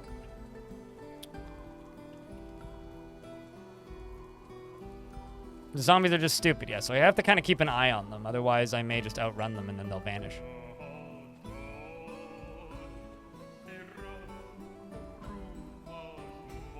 I don't know if undead animals can still function as pack animals. Actually, I wonder. Yeah, I can't give them this. All right, bud, we need to go this way.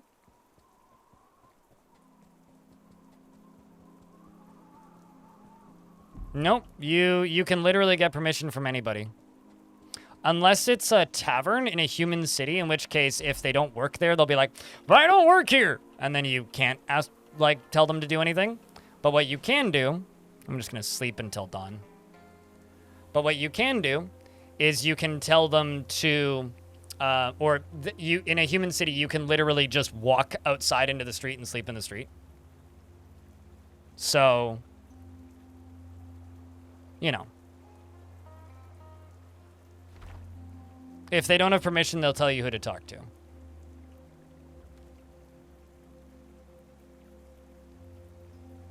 What's even better is the Minotaur's name, chat. Whammy. He's giving you the double whammies. That's all he is. When his horns named are Whammy, and actually it might be a she. It's his horns names are Whammy and Sammy. And when push comes to shove, he gives you the whammy.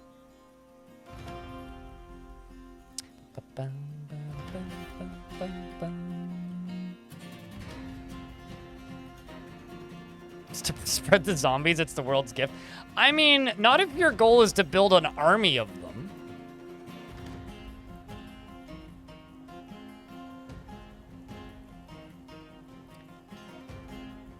I know back in the day, you used to have to ask the mayor for permission to stay the night. But... And also, if you wanted to join a faction, you had to join their military back in the day, but I'm pretty sure they just made that easier at some point, just blanket.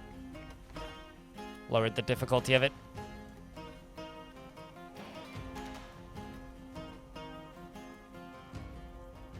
There's a Goblin Fortress right there. There's another rock. Another dragon. The Scandalous Hell is the name of that cave there. That's funny. This is also Untamed Wild, so I have to be kind of careful. I might get attacked by a bunch of giant dingoes.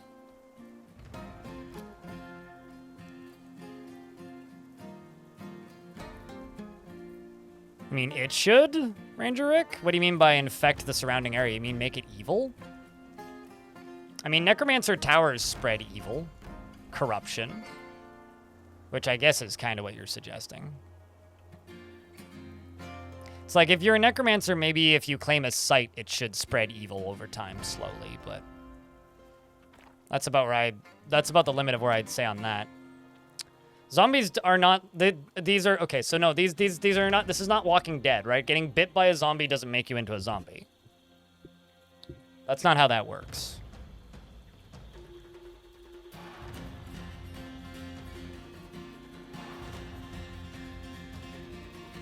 We'll see you later, Dulkin. Take care of yourself, dude. Holy crap, it's 2 p.m. already. Look at that. So I need to go south. Oh boy, and he just runs away in the opposite direction. Okay, fine. Dumb Minotaur. You know, this Minotaur is so dumb, we need a full-size Ator. God damn it.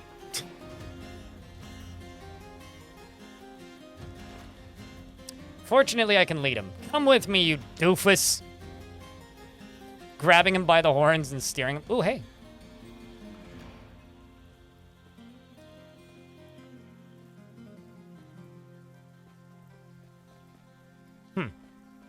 It's an empty cave. So it says northwest, west. Okay, well, this is the cave. Cannot wait here, but I can wait right here.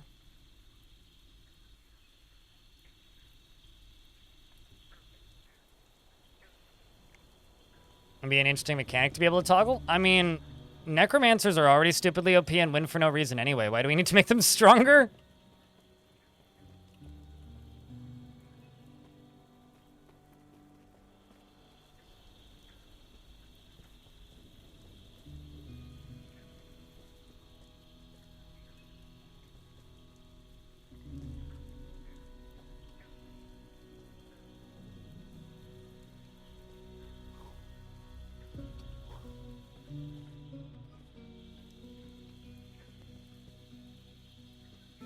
I don't know. I'm of the opinion that I think, wait, what? Oh, that's a shrine.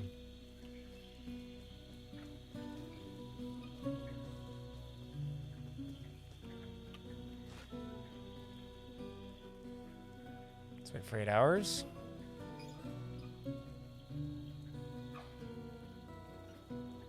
Oh, shit. Man, Grizzly Bear caught up. I wonder if they will just eventually catch up no matter what. Ah, well, dingoes.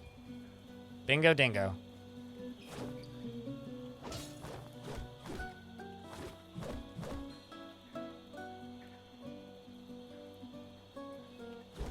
Dingoes are biting my zombies.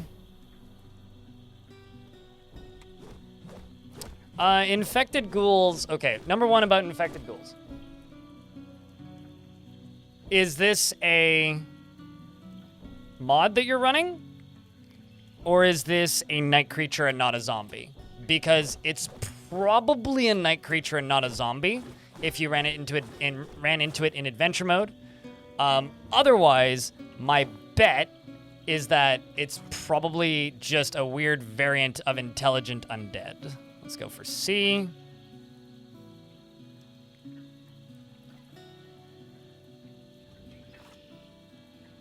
Let's actually go D. For better hits, possibly. Just gonna smack it with my buckler. May just auto attack this.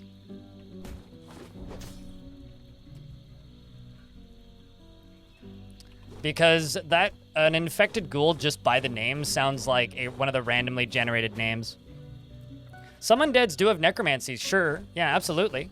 I mean, if a zombie had necromancy powers before they died,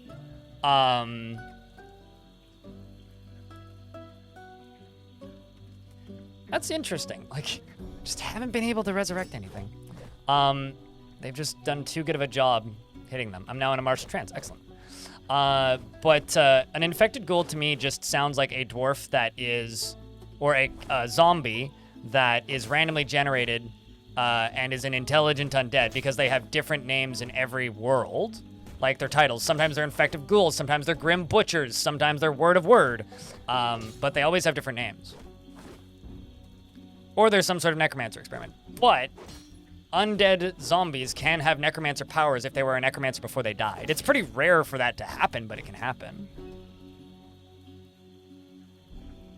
They are highlighted as red and they are not modded. So they're a night creature then. If they're red, then they are a night creature. That is not a zombie. Let me double check this for you. I mean, like, mummies are basically a zombie, right? But mummies have powers. They also have necromancer abilities.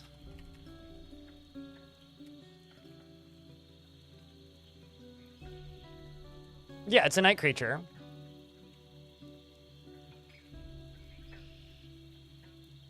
These aren't zombies. Like, it says that they're a type of undead night creature, but these are not zombies.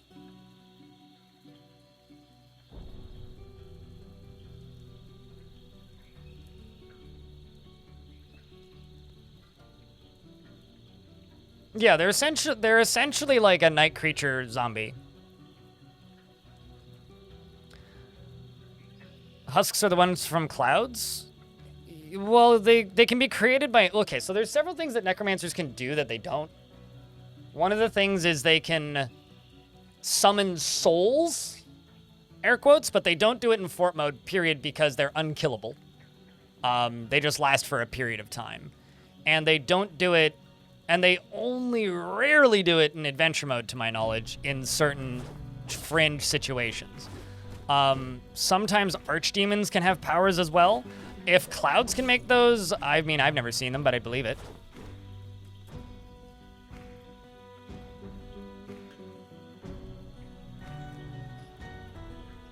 Mangled and mutilated, jeez.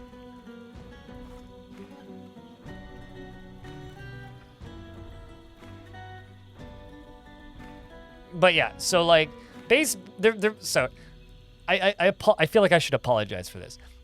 I'm a bit of an asshat when it comes to terminology used to explain game mechanics in Dwarf Fortress, because one of the most common issues I have is somebody explaining one thing that makes it sound like something else when it's a completely different happenstance situation that could cause it to exist. And people are just like, I saw demons. It's like, well, did you see demons or did you see demonic slayers, which are a naming possibility for intelligent undead, right? Did you see a demon or did you run into a boogeyman, right? So I'm kind of a stickler about things being very specific, purely because if you're not very specific about this sort of thing, you're just going to confuse new players. But Moon 2 Jam sounds accurate, though.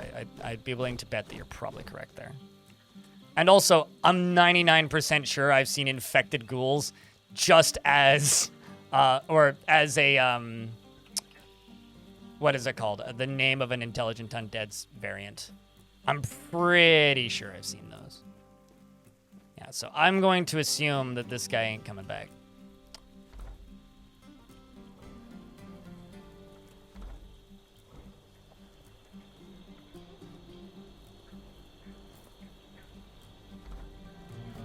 So Boogeyman used to roam the entire world, but I can't remember exactly what patch it was. I think it was like... whoopsies. God damn it. Another round of dingoes. How about I just run away? But the Boogeymen were nerfed very considerably, because it used to be like, if you slept outside, you'd die to a Boogeyman. No questions asked. You would die to a boogeyman, or be attacked by one in your sleep. Like if you stayed outside for 90 seconds and slept at night, you would be killed by a boogeyman, basically. And in version 47.04, I think, they nerfed them so that they only spawn in haunted or terrifying biomes. So if you sleep at night in a haunted or terrifying biome, you'll get attacked by a boogeyman now. Which makes them pretty rare, but honestly, I think it's for the best because it makes learning adventure mode possible for new players instead of just running outside, immediately dying to a boogeyman and going, well, this shit sucks, and then never playing it again, which is what happened with a lot of new players back in the day.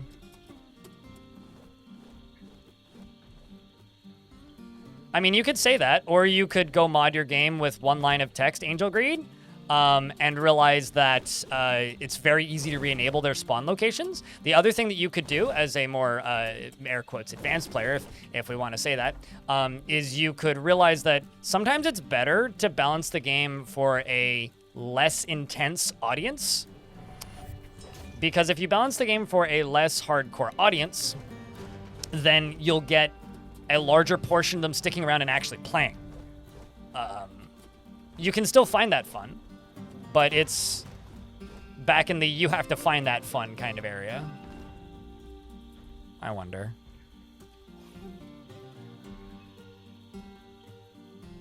Yeah, I don't know why I can't...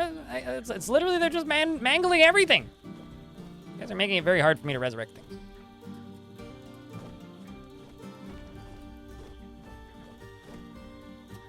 But yeah, no, it's very easy to mod the game so that they spawn anywhere again. Also, Cyrolac, it's good to see you. Hope you're doing well, mate. These goddamn dingoes, man.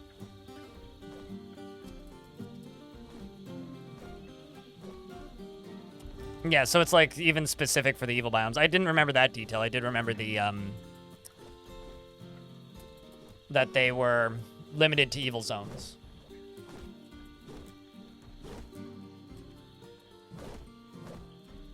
But if you do want that,